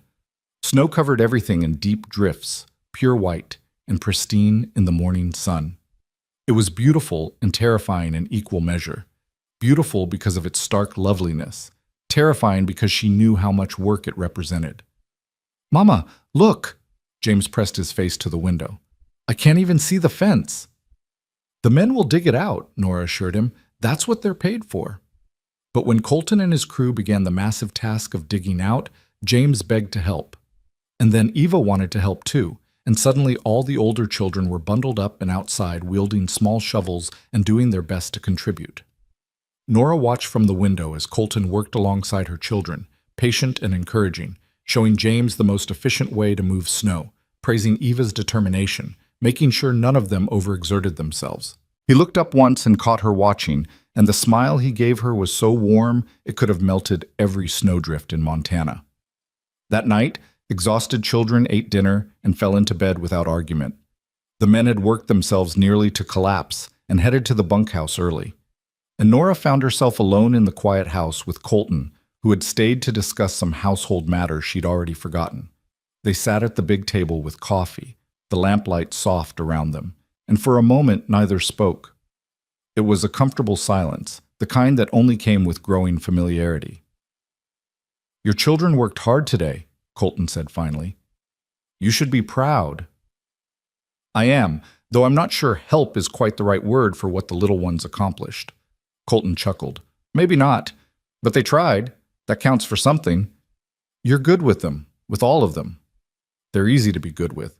He paused, turning his coffee cup in his hands. "I think about the child Sarah and I lost sometimes. Wonder what he or she would have been like. Would have been about James's age now." Nora's heart ached for him. "You'll never stop wondering. That's part of being a parent, even to a child you never got to meet." "Is it hard? Being around my grief when you're dealing with your own?" The question surprised her with its perceptiveness. Sometimes, she admitted, but not in the way you might think. Your grief is honest, clean. You loved someone and lost them through tragedy. My situation is messier, complicated. You loved your husband once. I thought I did. Now I wonder if I ever really knew him. Nora stared into her coffee. He was charming when we met, promised me adventure, a life beyond my small town. I was young and stupid enough to believe him. You weren't stupid, you were hopeful. There's a difference. Is there? Hope that ignores reality seems pretty stupid to me. Hope is never stupid, Nora. It's just sometimes misplaced. Colton reached across the table and covered her hand with his. You deserved better than what Thomas Allen gave you. You deserved a partner, not a burden. Someone who stayed, not someone who ran. The warmth of his hand on hers sent a shiver through Nora that had nothing to do with cold. She should pull away, should maintain the professional distance she'd insisted on. But she didn't want to. Colton, she whispered, I don't know what I'm doing. I don't know how to... This feels dangerous. What feels dangerous? This, us, sitting here like this, talking like this. She finally looked up at him, wanting this. The air between them seemed to thicken. Colton's gray eyes held hers, intense and searching. Do you want this? He asked quietly. Because I need to know, Nora. I need to know if I'm alone and feeling like every time you walk into a room, the air gets lighter. Like every time you smile at me, I'm 17 years old again and terrified. I need to know if you feel it too, or if I'm fooling myself. Nora's breath caught. You're not alone. But you're scared. Terrified, she admitted. Colton, I have 6 children. 6. I'm a woman with more baggage than anyone should reasonably carry. And you're grieving. We're both broken in our own ways. What if we make things worse? What if we make things better? Colton interrupted gently. What if 2 broken people can help each other heal? What if this is exactly what we both need? Or what if we're just lonely and confused and mistaking proximity for something more? Colton was quiet for a moment, his thumb tracing circles on the back of her hand. I've been lonely for 5 years, Nora, and in all that time, not once did I feel what I feel when I'm near you. This isn't proximity, this is something else. We work together, you're my employer, this could complicate everything. It could, or it could be the best thing that's happened to either of us. He squeezed her hand gently, but I'm not going to push. I'm not going to make you uncomfortable. If you want me to keep my distance, I will. If you want me to never mention this again, I won't. You set the boundaries, Nora. I'll respect them. Nora sat with that for a moment, feeling the weight of the decision. She could pull back now, maintain the employer-employee relationship, keep her heart safe behind the walls she'd so carefully built. Or she could take a chance, risk being hurt again, risk hoping again. I can't make any promises, she said slowly. I need time to figure out what I'm feeling, to make sure it's real and not just gratitude or fear of being alone or, I understand, take all the time you need. And the children, they can't know. Not yet. Not until I'm sure. They've been through too much upheaval already. Of course. And we have to be careful, discreet. I won't have people gossiping or thinking poorly of my children because of Nora. Colton's voice was firm but kind. I respect you. I respect your children. Whatever this is between us, we'll handle it the right way. With patience and care, no rushing, no pressure, just seeing where it goes. Nora nodded, feeling some of the tension in her chest ease. Okay, we'll see where it goes. Colton stood to leave but paused beside her chair. For a moment she thought he might kiss her, and her heart hammered with anticipation and fear. But he simply touched her cheek with gentle fingers, his smile soft and understanding. Good night, Nora. Good night, Colton. After he left, Nora sat alone in the lamplight, her fingers touching the place where his hand had been, and wondered what on earth she was doing. The weeks that followed were a study in restrained longing. Nora and Colton maintained their professional relationship in front of the children and ranch hands. But in stolen moments, when he helped her carry water from the pump, when she brought him coffee while he worked on the books, when they happened to be alone in the barn or the kitchen, something hummed between them. An awareness, a promise. Colton courted her in the smallest ways, a wildflower left on the kitchen table, her favorite coffee prepared exactly how she liked it. An extra lantern hung where she did her evening mending so she'd have better light. Nora found herself reciprocating without quite meaning to. She made his favorite biscuits more often. She mended his shirts with extra care. She smiled at him across the dinner table in ways that made his eyes warm. The children noticed, of course. Children always noticed. "Mama's happy," she heard Samuel tell the twins one afternoon. "She smiles more now." "Mr. Colton smiles more too," Rebecca observed, "especially when Mama's around." Eva said nothing, but Nora caught her daughter watching them with those perceptive eyes, and knew the girl was drawing her own conclusions. It was James who finally asked directly, cornering Nora in the kitchen one morning while she was kneading bread. "Mama, are you and Mr. Colton going to get married?" Nora's hands stilled in the dough. "What makes you ask that?" "Because he looks at you the way Papa never did. And you look at him like he makes you happy. So I wondered if maybe you'd get married and he'd be our new Papa." "James, sweetheart, it's not that simple.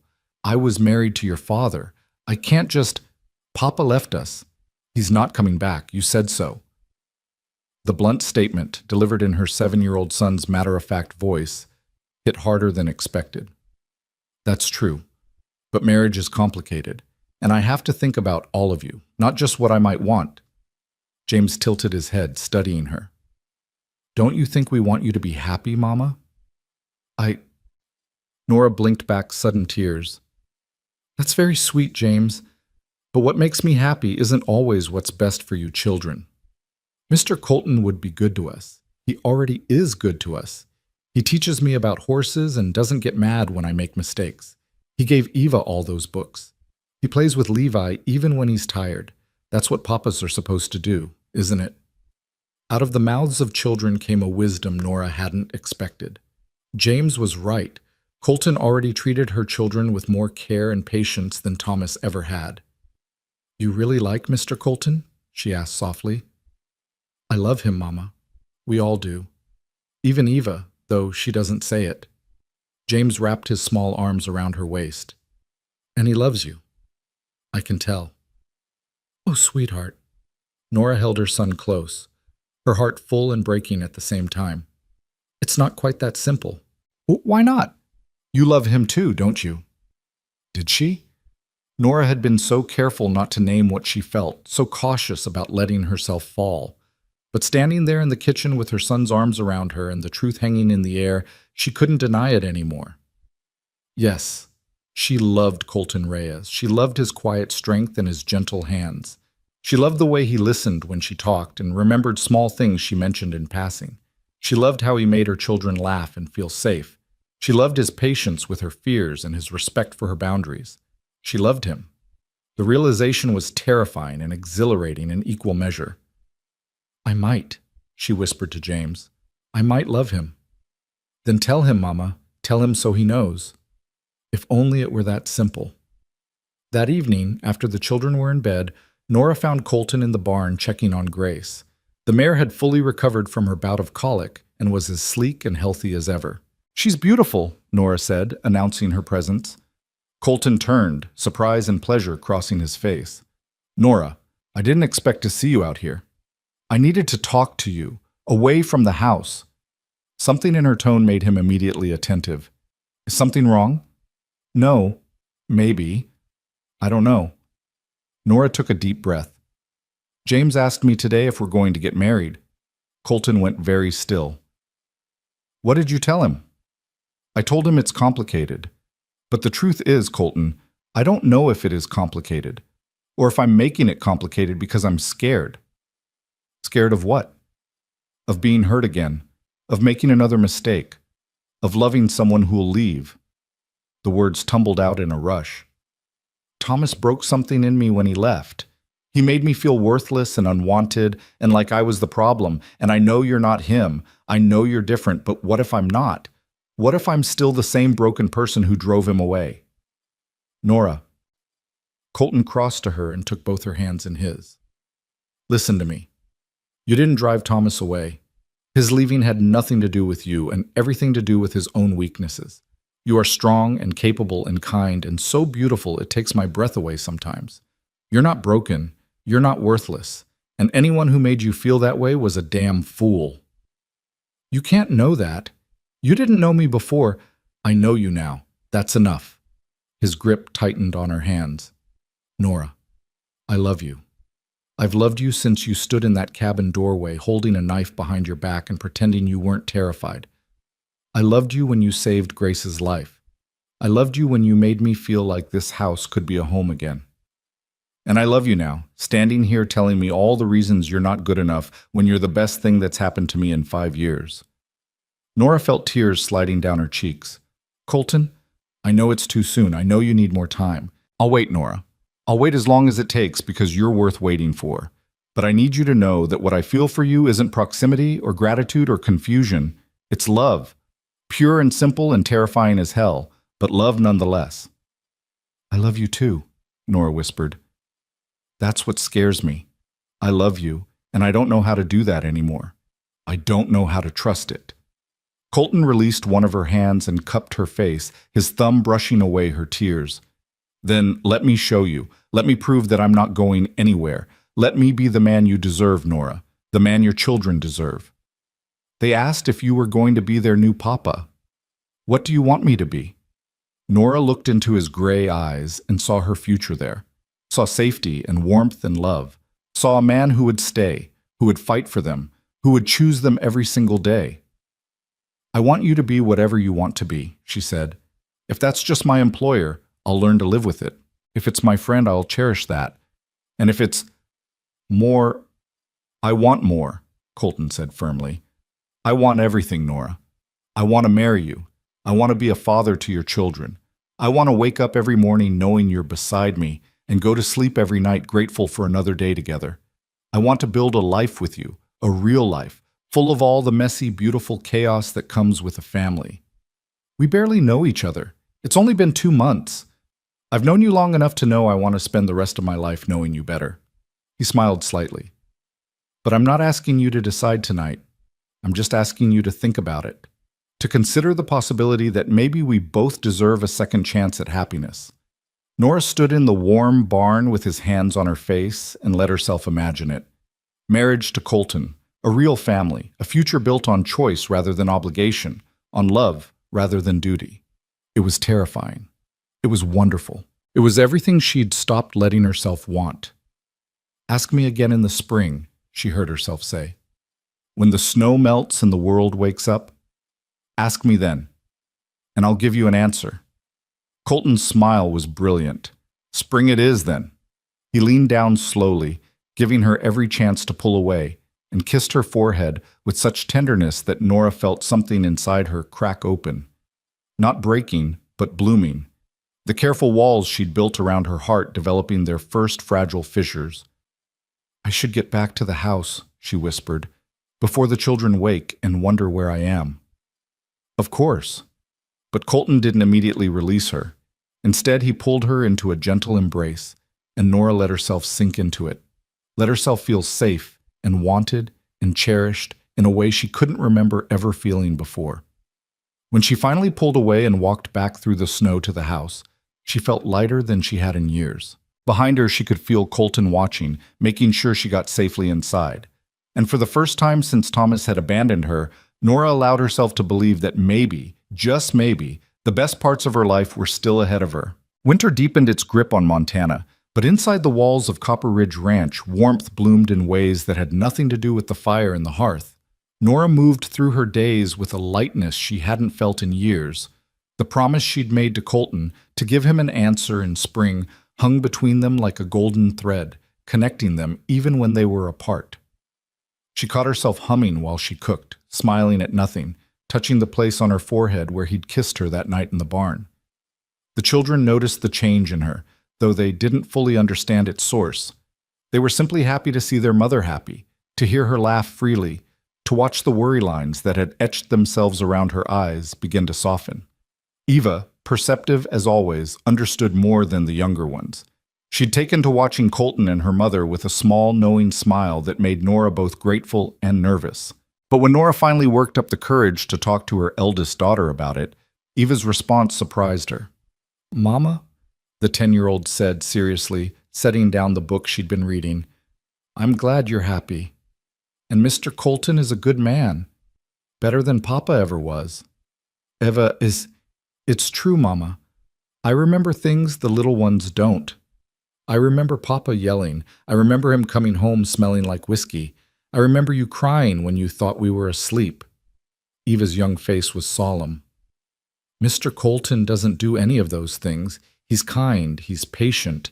He actually wants to be here with us. Nora pulled her daughter into her arms, blinking back tears. You're too young to have to think about such things. But I do think about them. And so do you. Eva pulled back and looked up at her mother. You deserve to be happy, Mama. We all do. And if Mr. Colton makes you happy, then that's what matters. Out of the mouths of babes, Nora thought, came a wisdom that shamed her own doubts. But those doubts still lingered, especially late at night when the house was quiet and she was alone with her thoughts. What if she was rushing into this? What if Colton's feelings changed once the novelty wore off? What if her children grew to resent him? What if Thomas came back and... That last thought made her pause. What if Thomas came back? Legally, she was still married to him. He'd abandoned them, yes, but that didn't dissolve the marriage. If he returned and demanded his rights as her husband, what would happen? Could she refuse him? Would the law even be on her side? The questions plagued her until one evening, when Colton stayed late to discuss the spring planting schedule, she finally voiced her fears. Colton, I need to ask you something about Thomas. His expression grew guarded. All right. I'm still legally married to him. Even though he left, even though he took everything, in the eyes of the law, I'm still his wife. She twisted her hands in her apron. What happens if he comes back? What happens to us? Colton was quiet for a long moment, his jaw tight. Has he tried to contact you? No, not since the letter he left when he ran, but that doesn't mean he won't. And if he does, we deal with it. Colton's voice was firm. Nora, Montana has abandonment laws. A man who deserts his wife and children for more than a year can be grounds for legal separation, even divorce. If Thomas comes back, and I don't think he will, but if he does, we have options. You've looked into this. Of course I have. Did you think I'd tell you I love you? Tell you I want to marry you without considering the practical obstacles? He moved closer. Nora, I meant what I said. I want a future with you. That means I need to make sure that future is possible. Relief flooded through her, followed quickly by something else. Gratitude, yes, but also a deepening of the love she already felt. Colton wasn't just offering pretty words and empty promises. He was thinking ahead, planning, making sure he could protect her and her children. Thank you, she whispered, for thinking of everything I'm too scared to think about. You're not scared. You're cautious. There's a difference. He reached out and took her hand. And your caution is what's kept you and your children alive this long. Don't apologize for it. Their hands remained clasped, and Nora found herself studying his face in the lamplight, the lines around his eyes, the weathered skin, the gray threading through his dark hair at the temples. He was a handsome man, but it was more than that. His face showed character, strength, kindness earned through suffering. What are you thinking? He asked softly. That I'm lucky. That my children are lucky. That if Thomas hadn't left us, I never would have found you. Don't give him credit for something good, Nora. He didn't do you a favor by abandoning you. He just got out of the way so something better could happen. The simple reframing shifted something in Nora's perspective. She'd been thinking of Thomas's departure as the worst thing that had happened to her, but maybe Colton was right. Maybe it was just the necessary clearing of space for something infinitely better. I'm still scared, she admitted, but I'm less scared than I was. That's progress. Colton squeezed her hand gently. And I'll take whatever progress you can give me. January melted into February, and with it came Valentine's Day. Nora had never paid much attention to the holiday. Thomas had always dismissed it as foolish sentiment, but the children were excited about it, having learned about the tradition from one of Colton's ranch hands. Can we make Valentines, Mama? Rebecca asked, her eyes bright. Tom says you give them to people you love. I suppose we could, Nora said, already mentally cataloging what materials they had. Paper was scarce, but she could spare some, and the children could draw their own decorations. The kitchen table became a crafting station. The children cut hearts from precious paper, drew elaborate designs, practiced their letters as they wrote messages. Eva helped the younger ones, her patience with her siblings endless. Nora watched them work and felt her heart swell. This simple, joyful domesticity was what she'd always wanted for them. Not wealth or luxury, but safety and love and the freedom to be children. "Who are you making yours for, Mama?" Samuel asked, looking up from his careful lettering. "I'm not making one, sweetheart. I'm just helping you." "But you should make one too, for Mr. Colton." The suggestion made Nora's cheeks warm. "I don't think Mr. Colton expects—" "Please, Mama." Levi climbed into her lap, his small face pleading. "Mr. Colton is nice. He should get a Valentine." How could she refuse? Nora found herself cutting out a heart, feeling ridiculously like a schoolgirl. What did one write to a man who'd offered marriage but was waiting patiently for an answer? What message could possibly convey the tangled mess of gratitude and fear and growing love in her heart? In the end, she kept it simple. "Thank you for showing us that home is more than a place. It's a feeling. It's you." She folded it quickly before she could second-guess herself and tucked it into her apron pocket. Valentine's Day arrived cold and clear. The children distributed their creations at breakfast, giving Valentines to each other and to Colton's ranch hands, who accepted them with gruff pleasure. Jim Torres actually looked misty-eyed when Levi handed him a lopsided heart covered in scribbles. "This is the finest Valentine I ever received, young man," Jim said solemnly, making Levi beam with pride. Colton received 6 Valentines from the children, each one unique and heartfelt. He read them all carefully, thanking each child individually, and Nora saw his eyes grow bright with emotion he was trying to hide. Later, when the children were occupied with their lessons and the ranch hands had returned to work, Colton found Nora in the kitchen preparing dinner. "I have something for you," he said, pulling a small package from his coat pocket. "Colton, you didn't need to. I wanted to." He handed her the package wrapped in brown paper and tied with string. Inside, Nora found a pair of leather gloves. Not rough work gloves, but fine ones, soft and supple, clearly made by a skilled craftsman. They were beautiful and practical and must have cost more than she wanted to think about. "Your hands were getting chapped from the cold," Colton said, almost shyly. "I noticed you didn't have proper gloves." "Colton, these are too much." "They're not enough, but they're what I could give you without making you uncomfortable." He paused. Did you make a Valentine?" "The children said you did, but I didn't receive one." Nora felt her cheeks flame. "I did, but it's silly, childish. I'd like to see it anyway, if you're willing to share." With trembling fingers, Nora pulled the folded heart from her apron pocket and handed it to him. She couldn't watch as he opened it, couldn't bear to see his reaction. She busied herself with the potatoes she'd been peeling, her heart hammering. "Nora," his voice was rough with emotion, "look at me." She turned reluctantly and found him staring at the Valentine with an expression that made her breath catch. "You're right," he said softly. "Home is a feeling, and I haven't felt at home, truly at home, since Sarah died. Not until you and your children arrived and brought this house back to life."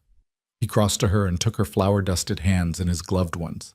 "I know you asked me to wait until spring for your answer, but I need you to know that whether you say yes or no, you and your children will always have a place here. This is your home, Nora, for as long as you want it to be. And if I say yes, if I agree to marry you, then this becomes our home. Not mine, not yours, but ours. A place we build together." The sincerity in his eyes undid something in Nora's carefully maintained composure. She reached up and touched his face, feeling the scratch of his stubble against her palm. "I'm not going to say no," she whispered. "When spring comes and you ask me properly, my answer will be yes." Colton's eyes widened. "You're sure?" "I'm terrified, but I'm sure." She smiled tremulously. "You've shown me what love should look like, Colton, patient and kind and steadfast. You've shown my children what a father should be. How could I say no to that?" "Nora." He said her name like a prayer, and then he was pulling her close, holding her like she was precious, and breakable, and exactly what he'd been waiting for. They stood like that for a long moment, wrapped in each other's arms in the warm kitchen, and Nora felt the last of her carefully constructed walls begin to crumble. But their peace was short-lived. The letter arrived in early March, carried by a rider from town who'd fought through late winter snow to deliver the mail. Colton brought it to the house with a grim expression. "It's from Thomas," he said, handing her the envelope. Nora's hand shook as she opened it. The handwriting was her husband's, but messier than she remembered, as if written in haste or while drunk. "Nora," the letter began, with no endearment, no apology. "I hear you've been living at Copper Ridge Ranch.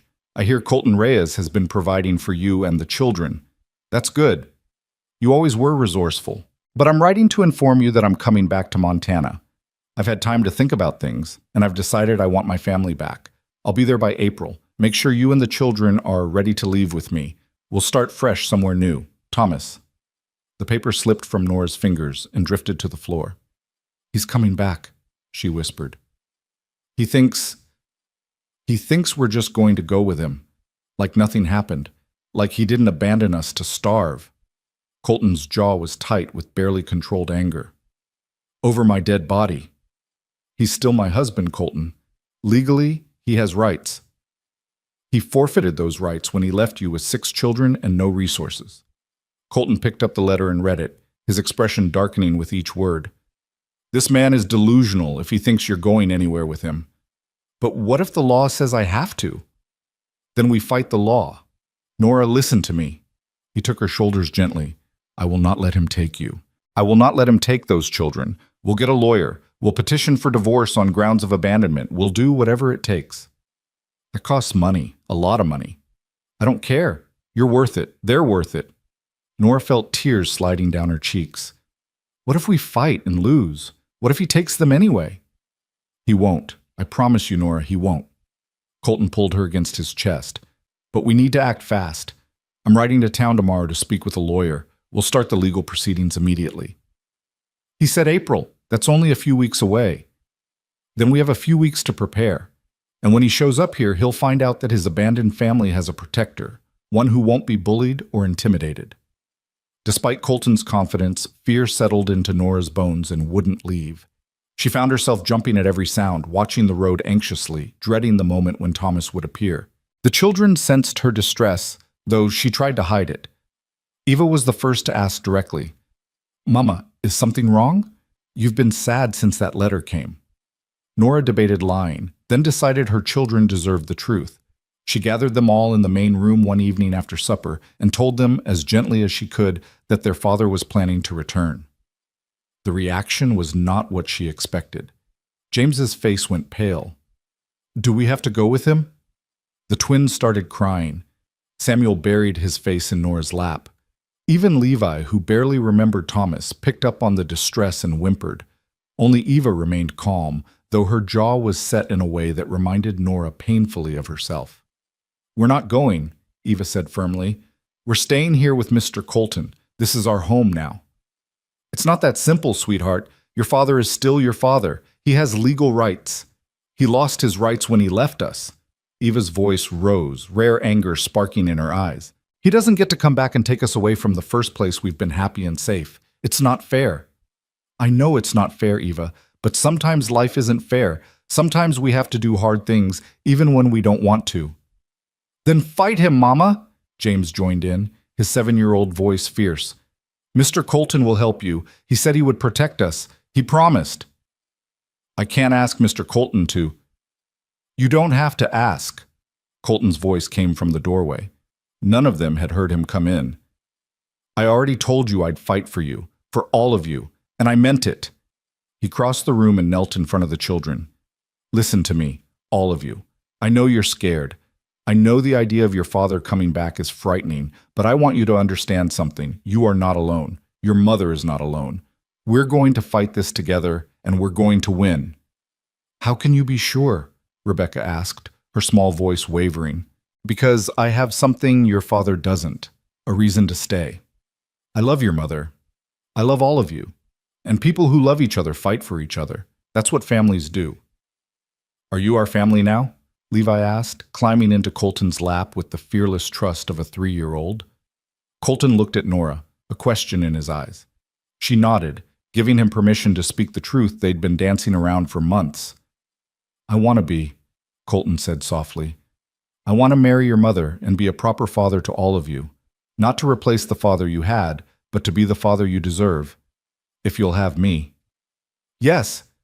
The answer came from all 6 children simultaneously, even Eva, whose eyes were bright with tears. Colton looked up at Nora again, and she saw her own emotions reflected in his face.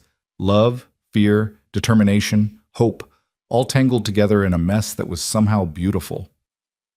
Then it's settled, he said. We're a family, and we protect our own. That night, after the children were finally settled in bed, reassured and calmer, though still anxious, Nora and Colton sat together in the kitchen making plans. I spoke with the lawyer today, Colton said. He thinks we have a strong case for legal separation, possibly even divorce. Thomas's abandonment, combined with his failure to provide any support, gives us solid grounds, but the process takes time. Time we don't have if he arrives in April. Which is why we're also preparing a contingency plan. If Thomas shows up before the legal proceedings are complete, we'll refuse to let him take you or the children. If he tries to force the issue, we'll involve the sheriff. What if the sheriff sides with him? What if the law says a husband has the right to his wife and children, regardless of abandonment? Colton's expression hardened. Then we leave. I'll sell the ranch if I have to. We'll go somewhere Thomas can't find you, somewhere you and the children will be safe. You'd give up everything you've built here? For us? Without hesitation. He took her hands.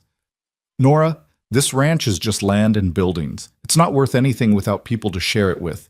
You and your children have made this place a home again. You're what matters, not the property. Nora felt tears spill over. How are you real? How did I get this lucky? Lucky?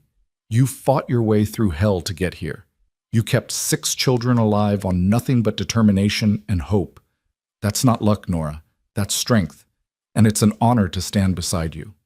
She kissed him then, unable to help herself. It was their first real kiss.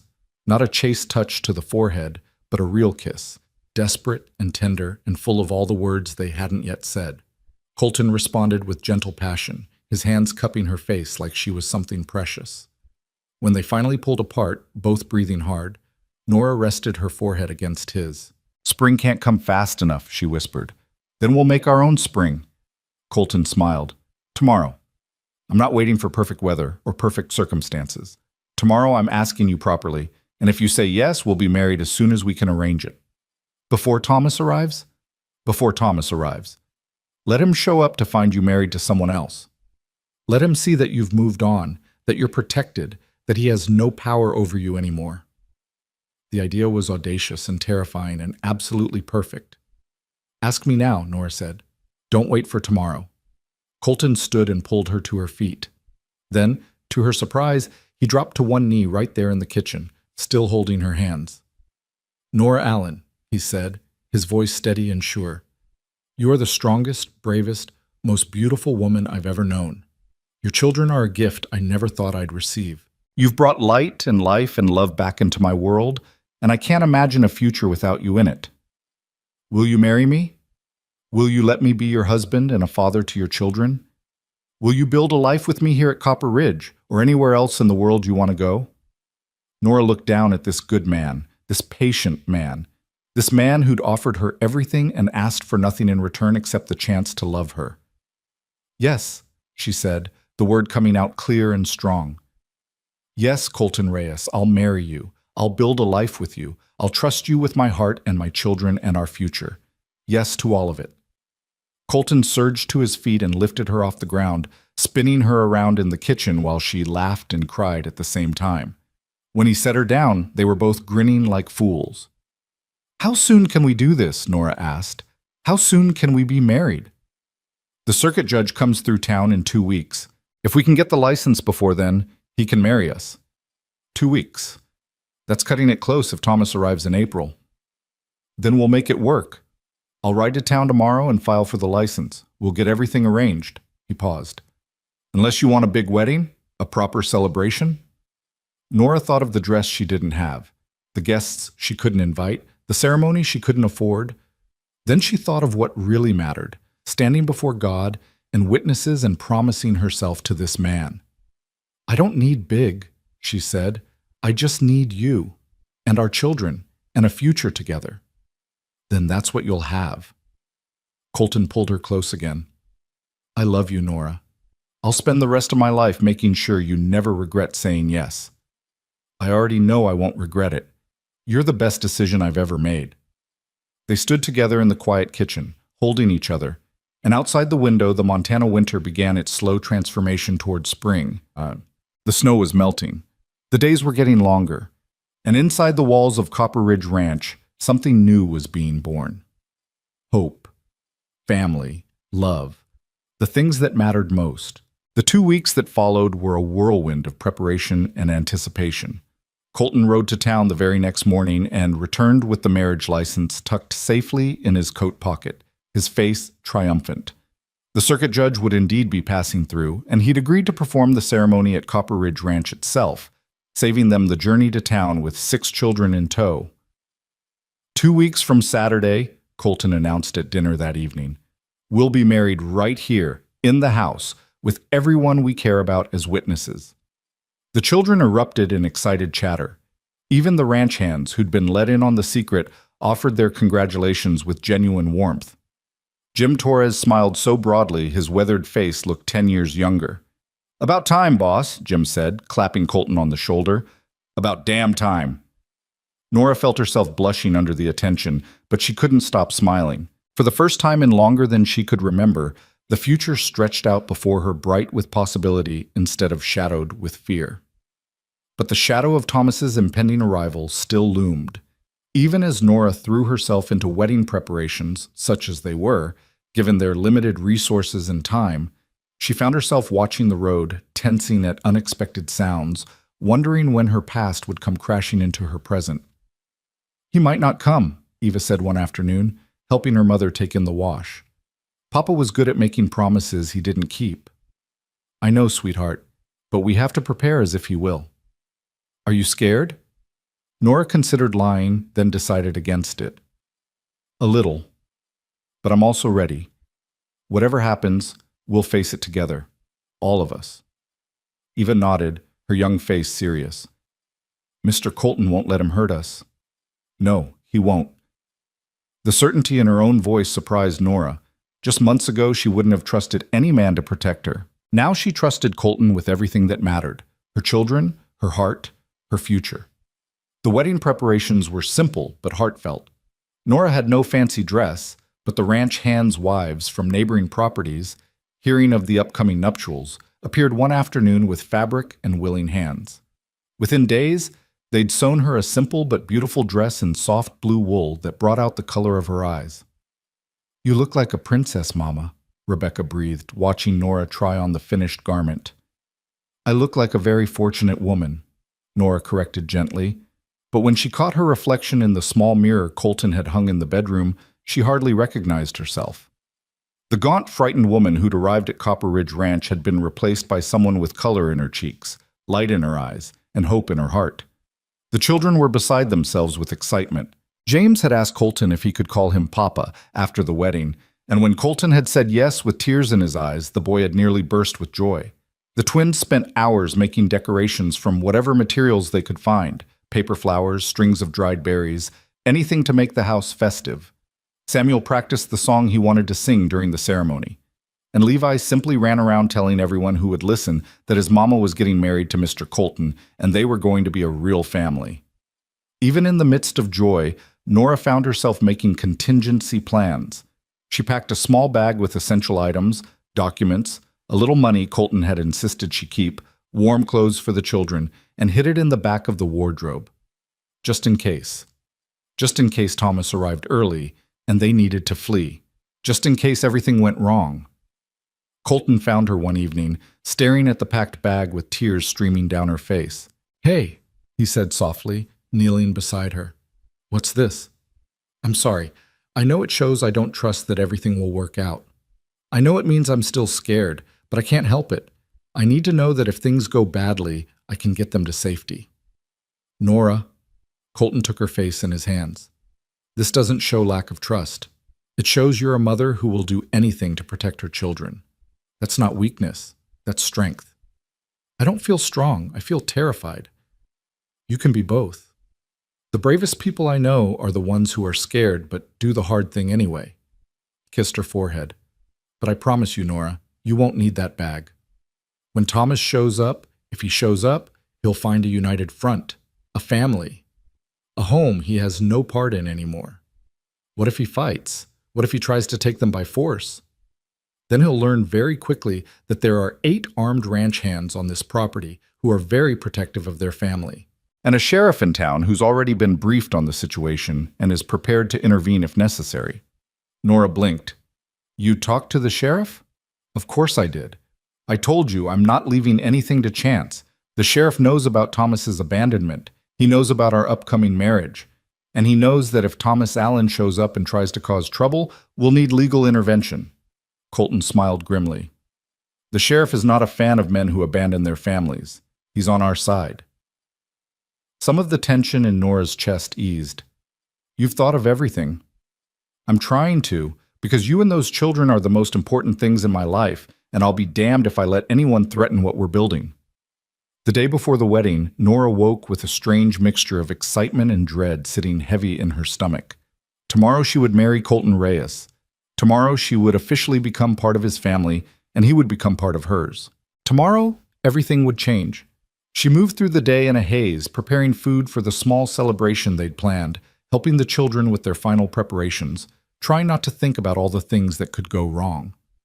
It was late afternoon when Jim came running to the house, his face grim. Mrs. Allen, he said, slightly out of breath. There's a rider coming, from the south. Nora's blood turned to ice. Is it? Can't tell yet. But Colton wants you and the children inside, just as a precaution. Nora gathered her children quickly, herding them into the house with a calm she didn't feel.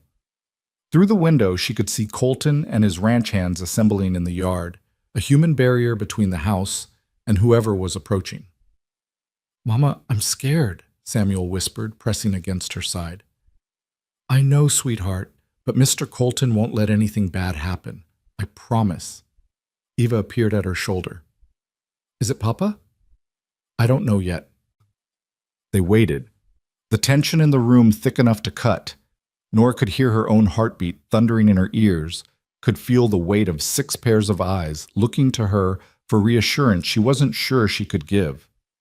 Then, through the window, she saw the rider come into view. A single man on a tired horse slouched in the saddle with the posture of someone who'd been traveling hard. It was Thomas. Even from a distance, even after all these months, Nora recognized him. The set of his shoulders, the shape of his hat, the way he sat his horse, her husband, the man she'd once loved, the man who'd destroyed everything. Stay here, she told the children. No matter what happens, you stay in this house. Eva, you're in charge. Keep the little ones upstairs. Mama, no. Eva, please. I need to know you're all safe. Can you do that for me? Eva's jaw set stubbornly, but she nodded. Yes, ma'am. Nora took a deep breath, smoothed down her apron, and walked out onto the porch. Colton stood at the bottom of the steps, his ranch hands flanking him in a semicircle. They looked like an army, united and immovable. Thomas reined in his horse about 20 feet away, taking in the scene with eyes that were redder and more haggard than Nora remembered. He'd aged badly in the months since he'd left. His clothes were dirty, his face unshaven, his hands shaking slightly as he dismounted. Nora, he said, and even his voice sounded different, harder, more desperate. I got your message. I didn't send you any message. The letter I sent. You didn't respond. That's message enough. He took a step forward, and immediately Colton and his men shifted, blocking his path. Thomas's eyes narrowed. What's this? You got yourself a new man already? Didn't take you long to replace me. You left us to starve, Nora said, her voice steady despite the trembling in her hands. You took everything and ran. You have no right to judge what I did to survive. I'm your husband. I got every right. Thomas's voice rose. Now get the children and let's go. I've got a new opportunity in California, and we're going to start fresh. No. The single word hung in the air like a gunshot. Thomas's face darkened. What did you say? I said no. We're not going with you. Not now. Not ever. Like hell you're not. You're my wife. Those are my children. You'll do as I say. Those children, Colton said quietly, stepping forward, are under my protection now, as is their mother, and you're not taking them anywhere. Thomas's attention swung to Colton, his eyes narrowing with recognition. Reyes, I heard about you. Heard you've been playing house with my family while I was gone. But fun time's over. Nora and the kids are coming with me. Mrs. Allen has made her choice. She's staying here, with me. Mrs. Allen is my wife. Not for long. Colton's voice was hard as iron. We've filed for legal separation based on abandonment. The paperwork is already in motion. And tomorrow, the day after the separation is finalized, Nora and I are getting married. The blood drained from Thomas's face. You can't do that. She's already married. To me. A marriage you dissolved when you left her and 6 children with nothing but a coward's note. Colton took another step forward, and Nora could see the barely controlled anger in every line of his body. You gave up your rights as a husband and father the moment you rode away. Nora owes you nothing. Those children owe you nothing. The law says different. The law says a man's wife and children belong to him. The law also says a man who abandons his family for over 6 months loses his claim to them. I checked. I've got lawyers who checked. You have no legal standing here, Alan. Thomas's face twisted with rage. I don't give a damn about lawyers. Those are my children. No, Nora said, her voice ringing out clear and strong. They're not. Not anymore. You lost that privilege when you chose money over family, when you chose yourself over them. You don't get to come back now and claim what you threw away. Nora, please. Thomas's tone changed, becoming wheedling. I made a mistake. I see that now. But we can fix this. We can be a family again. Don't I deserve a second chance? You deserve exactly what you gave us. Nothing. Thomas lunged forward, trying to push past Colton to reach the porch. Immediately, Jim and 2 other ranch hands grabbed him, holding him back while he struggled. Let me go! Nora, tell them! Tell them you're my wife! I was your wife, Nora said, and she was surprised by how calm she felt, how clear. I was your wife when you promised to love and cherish me. I was your wife when I bore you 6 children. I was your wife when I begged you to stay, to try, to be the man I thought you were. But you stopped being my husband the moment you abandoned us. You made your choice, Thomas. Now I'm making mine. You can't do this. She already has, Colton said. And if you try to force the issue, the sheriff is waiting in town with a warrant for your arrest on charges of child abandonment. Your choice is simple. Ride away now and never come back, or spend the next few years in jail. What's it going to be? Thomas stopped struggling, his chest heaving, his eyes wild. Nora could see him calculating, weighing his options, trying to find an angle. You'll regret this, he spat finally. Both of you. She's used goods, Reyes, 6 brats and more trouble than she's worth. You'll figure that out soon enough. The only thing I regret, Colton said coldly, is not finding her sooner. Now get off my property before I let my men throw you off. For a long moment, Thomas just stood there, held between 2 ranch hands, his face a mask of impotent fury. Then finally, he wrenched himself free and stumbled back to his horse. This isn't over, he snarled. Yes, it is. Nora's voice was final. Goodbye, Thomas. I hope you find whatever it is you're looking for, but you won't find it here. Thomas mounted his horse, yanked the reins viciously, and galloped away without looking back. Nora watched him disappear over the horizon, and with his departure, she felt something inside her release. The last thread connecting her to her old life, the last chain of obligation and fear, snapped cleanly. She was free. Her legs suddenly gave out, and she sat down hard on the porch steps. Colton was beside her in an instant, his arm around her shoulders. You all right? I think so. I can't believe he's really gone. He's gone. And he's not coming back. Not after that. Colton pressed a kiss to her temple. You were magnificent, by the way. So strong. So certain. I didn't feel strong. I felt terrified. Like I said, the bravest people are the ones who are scared but do it anyway. The door behind them burst open and 6 children came tumbling out, all talking at once.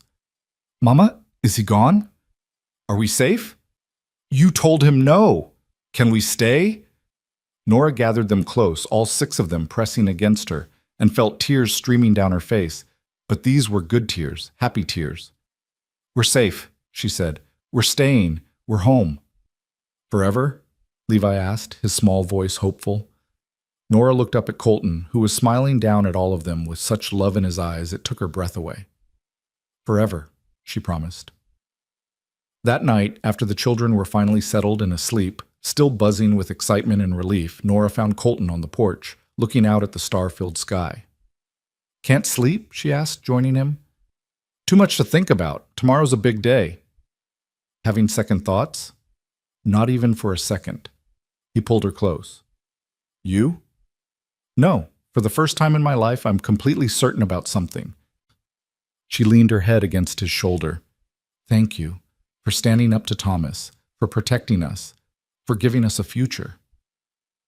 "You gave me a future too, Nora. You brought this place back to life, brought me back to life." They stood together in the quiet Montana night, and Nora thought about the journey that had brought her here, the fear and desperation, the long winter of uncertainty, the slow blooming of hope and love. She thought about the woman she'd been, broken and frightened and convinced she was worthless. And she thought about the woman she was becoming, strong and loved and ready to build something beautiful from the ashes of her old life. "Tomorrow," she whispered, "we start over." "Tomorrow," Colton agreed, "we begin." The morning of the wedding dawned clear and bright, with the first real warmth of spring in the air. Nora woke early, her stomach full of butterflies, and found the house already bustling with activity. The neighboring ranch wives had arrived at dawn, bringing food for the celebration and eager hands to help with final preparations. They shooed Nora upstairs to get ready while they took over the kitchen, filling the house with the scent of baking bread and roasting meat.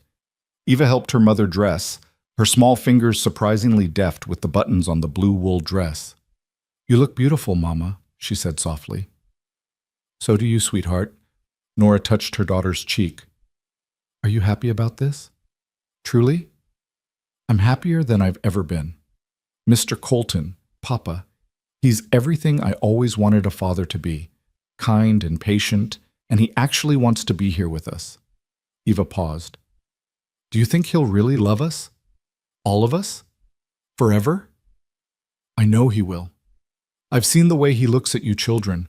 That's real love, Eva, the kind that doesn't run when things get hard. Like Papa Thomas did." "Yes, but Colton is nothing like Thomas. And you don't have to call Thomas Papa anymore if you don't want to. He's not your father, not in any way that matters." Eva nodded solemnly. Then, surprising Nora, she threw her arms around her mother's waist and held tight. "I love you, Mama, and I'm so glad you're happy." "I love you too, my beautiful girl." By noon, the house was full of people. Ranch hands and their families, neighbors from miles around, all come to witness the union of Colton Reyes and Nora Allen. The circuit judge had arrived, a kindly older man with a white beard who smiled broadly when he saw the gathering. "Nothing I like better than a wedding," he declared, "especially one that's clearly meant to be." The ceremony was simple. Nora and Colton stood before the judge in the main room of the house, with all 6 children gathered around them. James held the ring they'd procured in town, a simple gold band that Colton had bought with such care. The twins held hands, their identical faces solemn and sweet. Samuel stood close to Colton's side, as if already claiming him as father. Levi kept trying to grab the ring from James, prompting quiet giggles from the gathered crowd. And Eva stood beside her mother, her face glowing with quiet joy.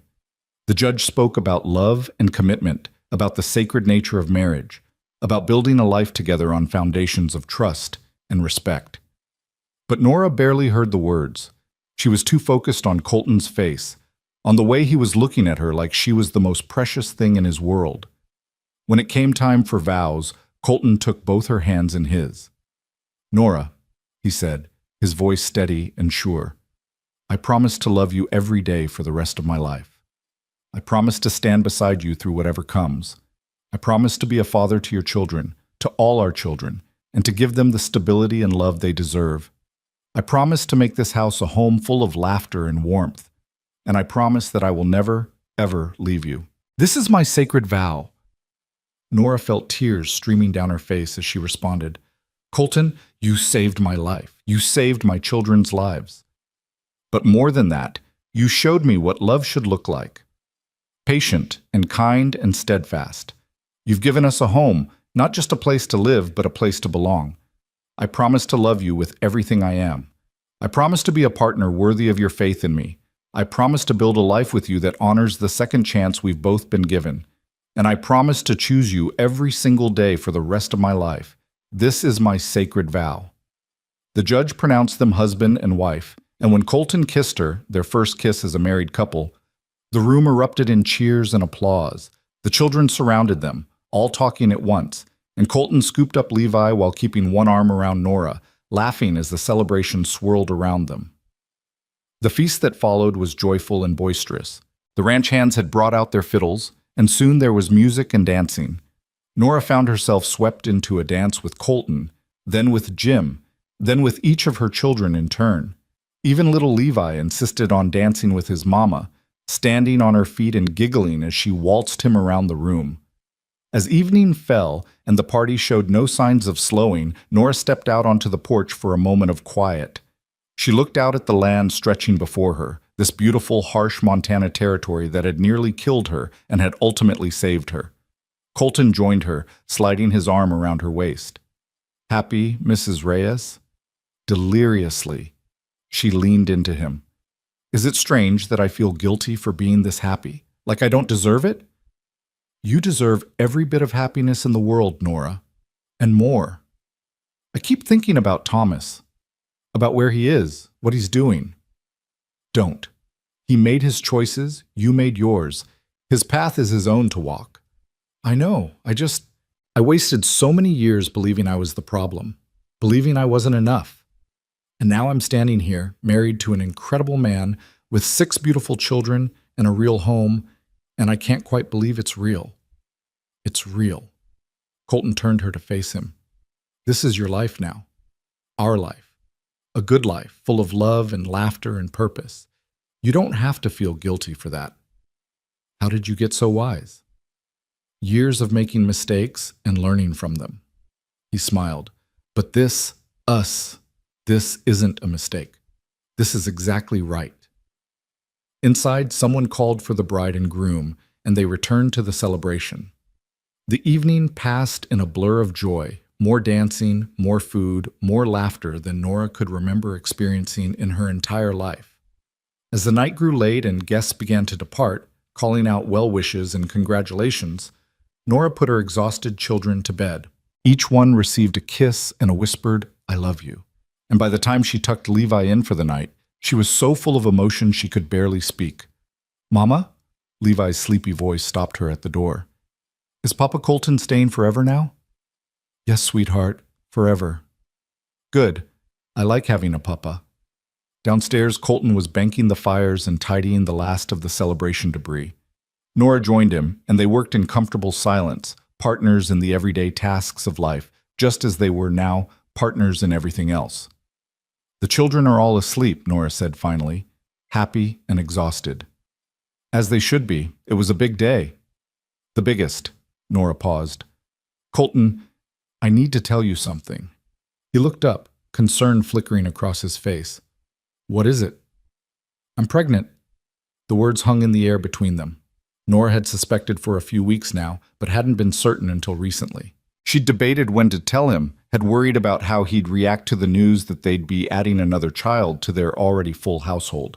Colton's face went through a series of expressions: shock, disbelief, and then pure, radiant joy. There's a baby? Yes, due in early autumn, I think. Nora. He crossed to her in 2 strides and pulled her into his arms. That's the most wonderful news. A baby. Our baby. You're not upset? With 6 children already? Upset? Nora, I'm over the moon. A child of our own. A symbol of everything we're building together. He pulled back to look at her face. Are you happy about it? I am. Scared, but happy. It's been 3 years since Levi, and I'm not getting any younger, and you're strong and healthy and surrounded by people who love you. You won't face this alone, Nora. I'll be with you every step of the way. We all will. Tears slipped down Nora's cheeks. How is this my life? 6 months ago, I was starving in a broken-down cabin, convinced we wouldn't survive the winter. And now I'm here, married to you, with a baby on the way, and I'm overwhelmed. That's called happiness, love. Get used to it, because I plan on making sure you feel this way for the rest of your life. They stood together in the quiet house, their home, and Nora marveled at how far she'd come. From abandonment to love, from desperation to security, from a woman who believed she was worthless to a woman who knew she was treasured. I love you, she whispered against Colton's chest. I love you too. You and all our children, every single one. 7 children, Nora said, still marveling at it. We're going to have 7 children. 8, Colton corrected with a grin. Don't forget me. I'm basically a large child who needs constant supervision. Nora laughed, the sound bright and free. Well, at least you're housebroken. Mostly. They laughed together. And then Colton was kissing her, and Nora was kissing him back, and the future stretched out before them, bright with promise. The months that followed were some of the happiest of Nora's life. Spring arrived in full force, transforming the Montana landscape from brown and dormant to green and vibrant. The children thrived under Colton's care. James became his shadow, learning ranching from the ground up. Eva devoured every book in the house and started writing her own stories. The twins helped with the garden and the chickens, developing a surprising talent for coaxing plants to grow. Samuel's shyness began to fade as he found confidence in his new stable home. And Levi followed his papa everywhere, chattering constantly and making everyone laugh. As summer approached and Nora's pregnancy became obvious, the children were beside themselves with excitement at the prospect of a new sibling. They debated names endlessly, argued over whether it would be a boy or a girl, and competed to help prepare the nursery. Colton was attentive to the point of being overprotective, constantly checking on Nora, insisting she rest more, worrying over every twinge and discomfort. I'm pregnant, not dying, Nora told him one afternoon, laughing as he tried to take a basket of laundry from her hands. I'm perfectly capable of carrying this. I know, He paused, his face growing serious. I lost Sarah and our baby. I can't lose you too, Nora. I can't. You won't. Nora set down the basket and took his face in her hands. I'm healthy. The baby's healthy. Everything is going to be fine. You can't know that. No. But I can trust it. And I can trust that whatever happens, we'll face it together. That's what marriage means, Colton. Together.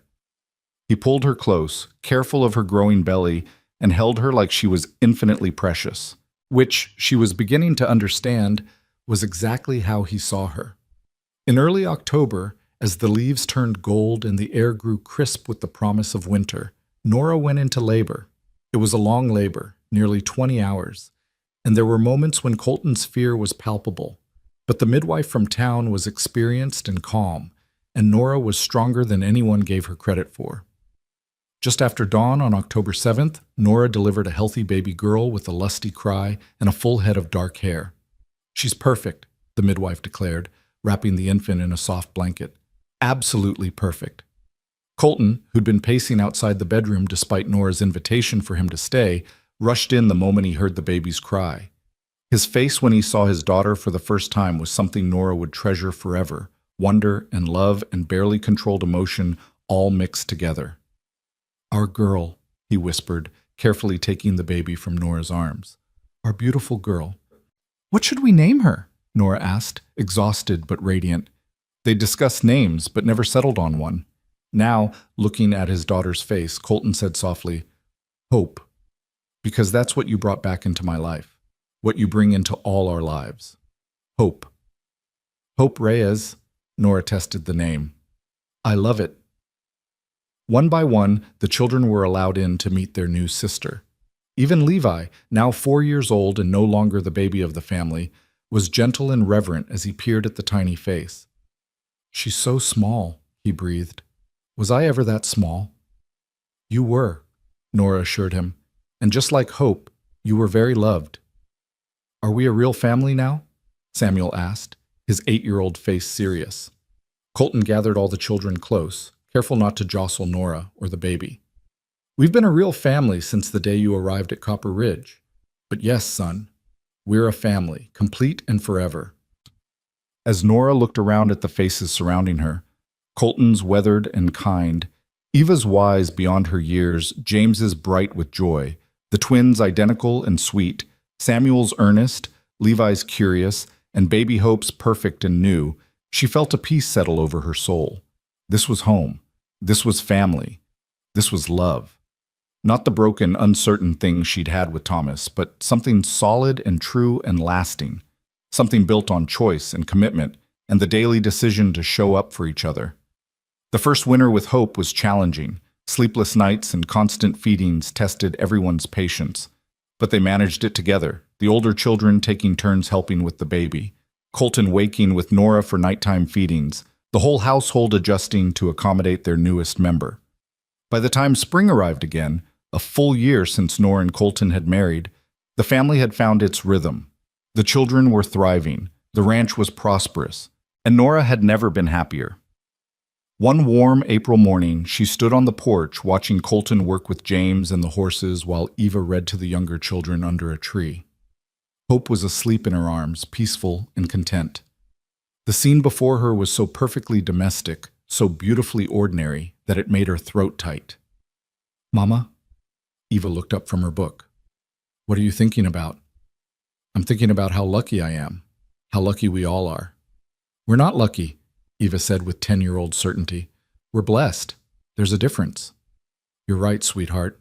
We're blessed." And they were. Blessed by second chances and new beginnings. Blessed by a man who'd chosen to love them when he didn't have to. Blessed by a home that had opened its doors and become their sanctuary. Nora thought sometimes about Thomas, wondered if he'd ever found whatever he'd been searching for when he left. She hoped he had. She bore him no ill will anymore, only a distant sadness for what might have been if he'd been a different man. But mostly, she didn't think about him at all. The past was the past, and her present was too full of joy to waste time on what had been. As the years passed, the Reyes family grew and changed. James became a skilled rancher, eventually taking over much of the day-to-day operations alongside his father. Eva became a teacher, educating not just her siblings but children from neighboring ranches. The twins developed a talent for healing and helped the local doctor with his rounds. Samuel discovered a gift for music and filled the house with songs. Levi grew into a charming, mischievous boy who kept everyone on their toes. And Hope, their bright, beautiful Hope, became the heart of the family, loved by all and spoiled by everyone. More children followed Hope. 2 boys who arrived in quick succession, filling the house with even more noise and laughter. The ranch expanded, prospered, became known throughout Montana as a place of hospitality and hard work. But through all the changes, one thing remained constant: the love between Colton and Nora. It deepened with each passing year, weathering challenges and celebrating victories, growing stronger through shared joys and shared sorrows. On their 10th wedding anniversary, Colton took Nora to the meadow where he'd first asked her to be his wife. It was spring again, the wildflowers in full bloom, the world alive with possibility. "Do you remember what I said to you here?" he asked, holding both her hands. "You asked me to let you be their father, to let you be my husband. And you said yes. Best decision of my life was asking. Best decision of yours was saying yes." Nora smiled, touching his face with gentle fingers. "No regrets?" "Not a single one. You?" She thought about the journey that had brought her here, the fear and pain, the uncertainty and struggle. She thought about the woman she'd been, broken and frightened and convinced she was worthless.